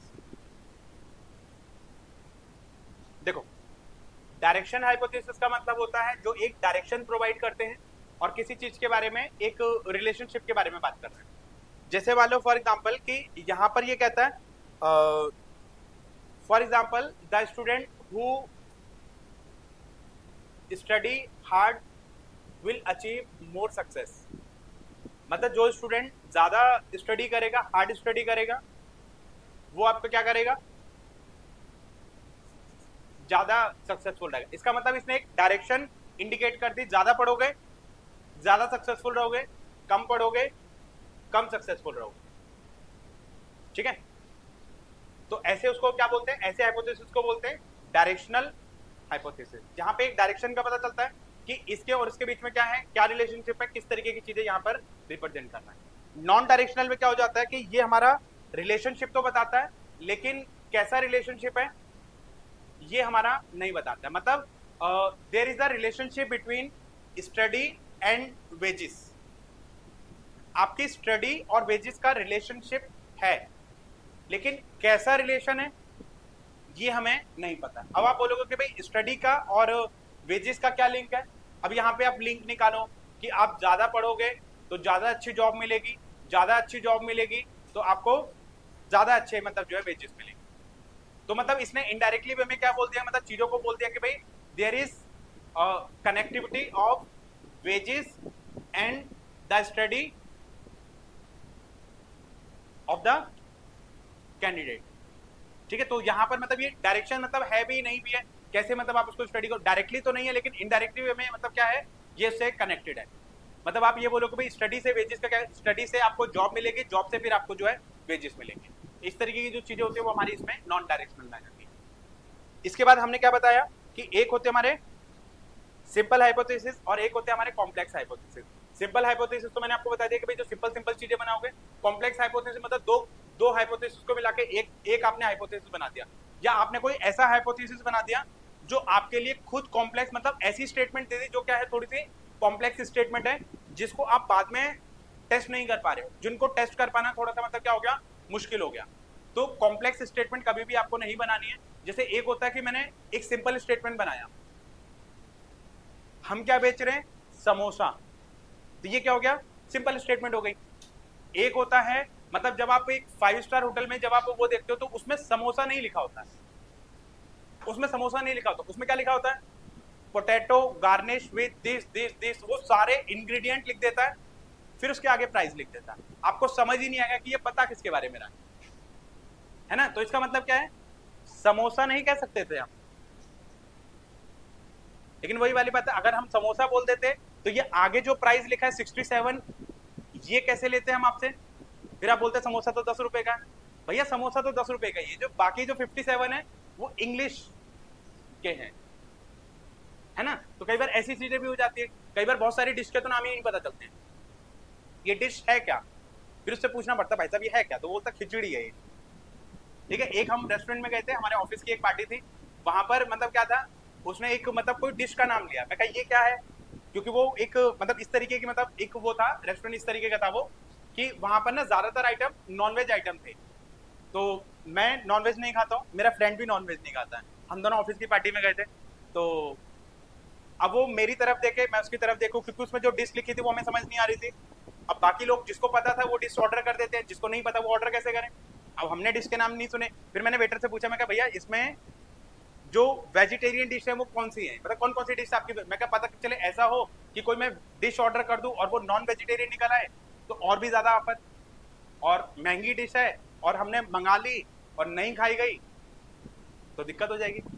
तो मैंने उससे पूछा, तो वो कह रहा है कि ये जो लास्ट वाली जो 2 लाइनें हैं ना, ये आपकी वेजिटेरियन है, बाकी ऊपर का जो 2.5 पेज है ये आपके नॉन वेजिटेरियन है। मैं कहा इन इसका मतलब इन दोनों में से ही हमें कोई मंगानी है। फिर उसमें से वो जो चीजें थी वो हमारे समझ नहीं आई, तो मैंने बोला एक काम करो, ये हाफ प्लेट लेकर आना भाई, अगर वेजिटेरियन है तो मतलब कुछ ऐसा ही होगा। तो वो क्या लेकर आया, उसमें मतलब चावल थे, चावल में मुझे वो ड्राई फ्रूट्स वगैरह पता नहीं अटरन सटरन डाल के मतलब पता नहीं क्या ही लेकर आया, और वो हाफ प्लेट, मतलब वो तो अच्छा शुक्र हमने हाफ प्लेट मंगाई, उसमें ना कोई टेस्ट और ना मतलब उसमें कोई मतलब किसी भी तरीके का मतलब इस तरीके की चीजें, बस खाली नाम की थी वो चीजें। मैंने बोला बढ़िया। तो ऐसे भी चीजें हो जाती है, अगर वो सीधा सीधा लिख देता भाई हम खिचड़ी मंगा रहे हैं या इस तरीके की चीजें हैं, तो हो सकता है कि हम ना भी मतलब मंगाते। भाई पता है हमें छोले भटूरे हैं तो उनको समझ आता है भाई छोले भटूरे, हम मतलब ये पता है कि भाई आपका मसाला डोसा ही है, लेकिन हम उसमें इंग्रेडिएंट लिख रहे हैं, अब इंग्रेडिएंट थोड़ी समझ आ रहा है कि मतलब तुम सीताफल की सब्जी बना रहे हो। ठीक है, तो ये क्या हो गया, थोड़ा कॉम्प्लेक्सिटी हो गई। जितना आप हाई प्रोफाइल रेस्टोरेंट में जाओगे उनका जो मेन्यू होता है ना वो उतना ही ज्यादा, वो शिकंजी को शिकंजी नहीं बोलेंगे, वो पूरा मतलब ग्रंथ बना देंगे उसको, पूरी हिस्ट्री उठा के दे देंगे। उसके बाद नेक्स्ट आपका जो है मतलब इसमें हाइपोथेसिस मैंने आपको बताया, एक होता है नल हाइपोथेसिस और एक होता है हमारे अल्टरनेट हाइपोथेसिस। देखो नल हाइपोथेसिस क्या होते हैं, null hypothesis is the hypothesis when there is no difference between actual and assumed data. जैसा हमने सोचा था, जैसे हमने हाइपोथेसिस बनाए, अगर हमारा रिजल्ट भी वैसा ही आता है जैसा हमने सोचा था, अगर वो दोनों चीजें सेम हैं तो उसको हम क्या बोलेंगे, नल हाइपोथेसिस।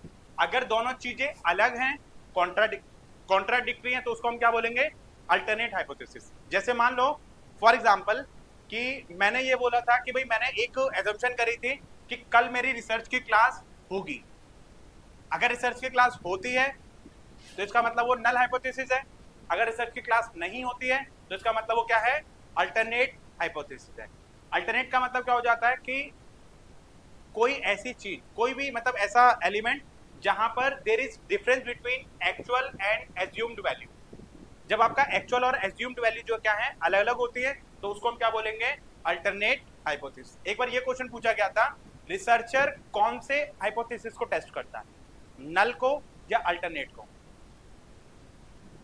हाँ जी, कोई दिक्कत, ठीक है। तो जैसे मतलब अगर हम ये बोले कि जो रिसर्चर है वो कौन से हाइपोथेसिस को टेस्ट करता है, रिसर्चर हमेशा नल हाइपोथेसिस को टेस्ट करता है, वो कभी भी अल्टरनेट हाइपोथेसिस को टेस्ट नहीं करता। तो हमेशा ये चीज ध्यान रखना, रिसर्चर जब टेस्ट करेगा तो वो नल हाइपोथेसिस को ही टेस्ट करेगा, वो अल्टरनेट हाइपोथेसिस को कभी टेस्ट नहीं करेगा। जब नल हाइपोथेसिस हमारा रिजेक्ट हो जाएगा तो ऑटोमेटिकली हमारा अल्टरनेट हाइपोथेसिस एक्सेप्ट हो जाएगा। तो अल्टरनेट हाइपोथेसिस का एक्सेप्शन और रिजेक्शन किसके बेसिस पे डिपेंड करता है, नल हाइपोथेसिस पे। तो नल को हम H0 से रिप्रेजेंट करते हैं, मतलब जीरो का मतलब there is no difference between two values. मैंने जो स्टेटमेंट सोची थी और जो स्टेटमेंट बोली है दोनों क्या है, सेम है। मैंने सोचा कुछ और था, बोला कुछ और है, जब आपका डिफरेंस रहेगा तो इसका मतलब वो अल्टरनेट हाइपोथेसिस है। जब नल हाइपोथेसिस रिजेक्ट हो जाता है तो ऑटोमेटिकली आपका जो है वो अल्टरनेट हाइपोथेसिस हमारा क्या हो जाएगा, एक्सेप्ट हो जाएगा। ठीक है, तो नल को हम किससे रिप्रेजेंट करेंगे, H0 से, और अल्टरनेट को हम किससे रिप्रेजेंट करेंगे, H1 से। ठीक है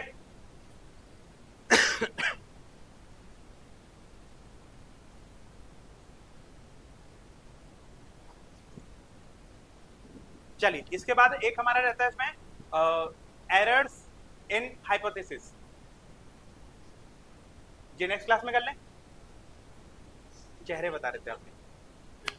चलिए, तो यहाँ पर एक जो चीज है, चलिए नेक्स्ट क्लास के लिए हम लोग थोड़ा सा टॉपिक लिख लेते हैं कि एक तो हम ये जो हमारा एरर्स है, एरर्स इन हाइपोथेसिस, ये हमारा टाइप 1 एरर, टाइप 2 एरर, इसमें से क्वेश्चन आता है कई बार।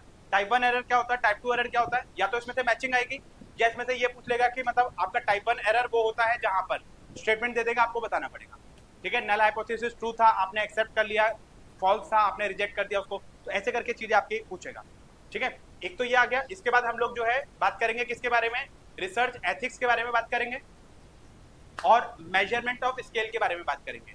मेजरमेंट ऑफ स्केल मतलब नॉमिनल, ऑर्डिनल, इंटरवल, रेशो, इसमें से भी क्वेश्चन कई बार आपके आते हैं एग्जाम में।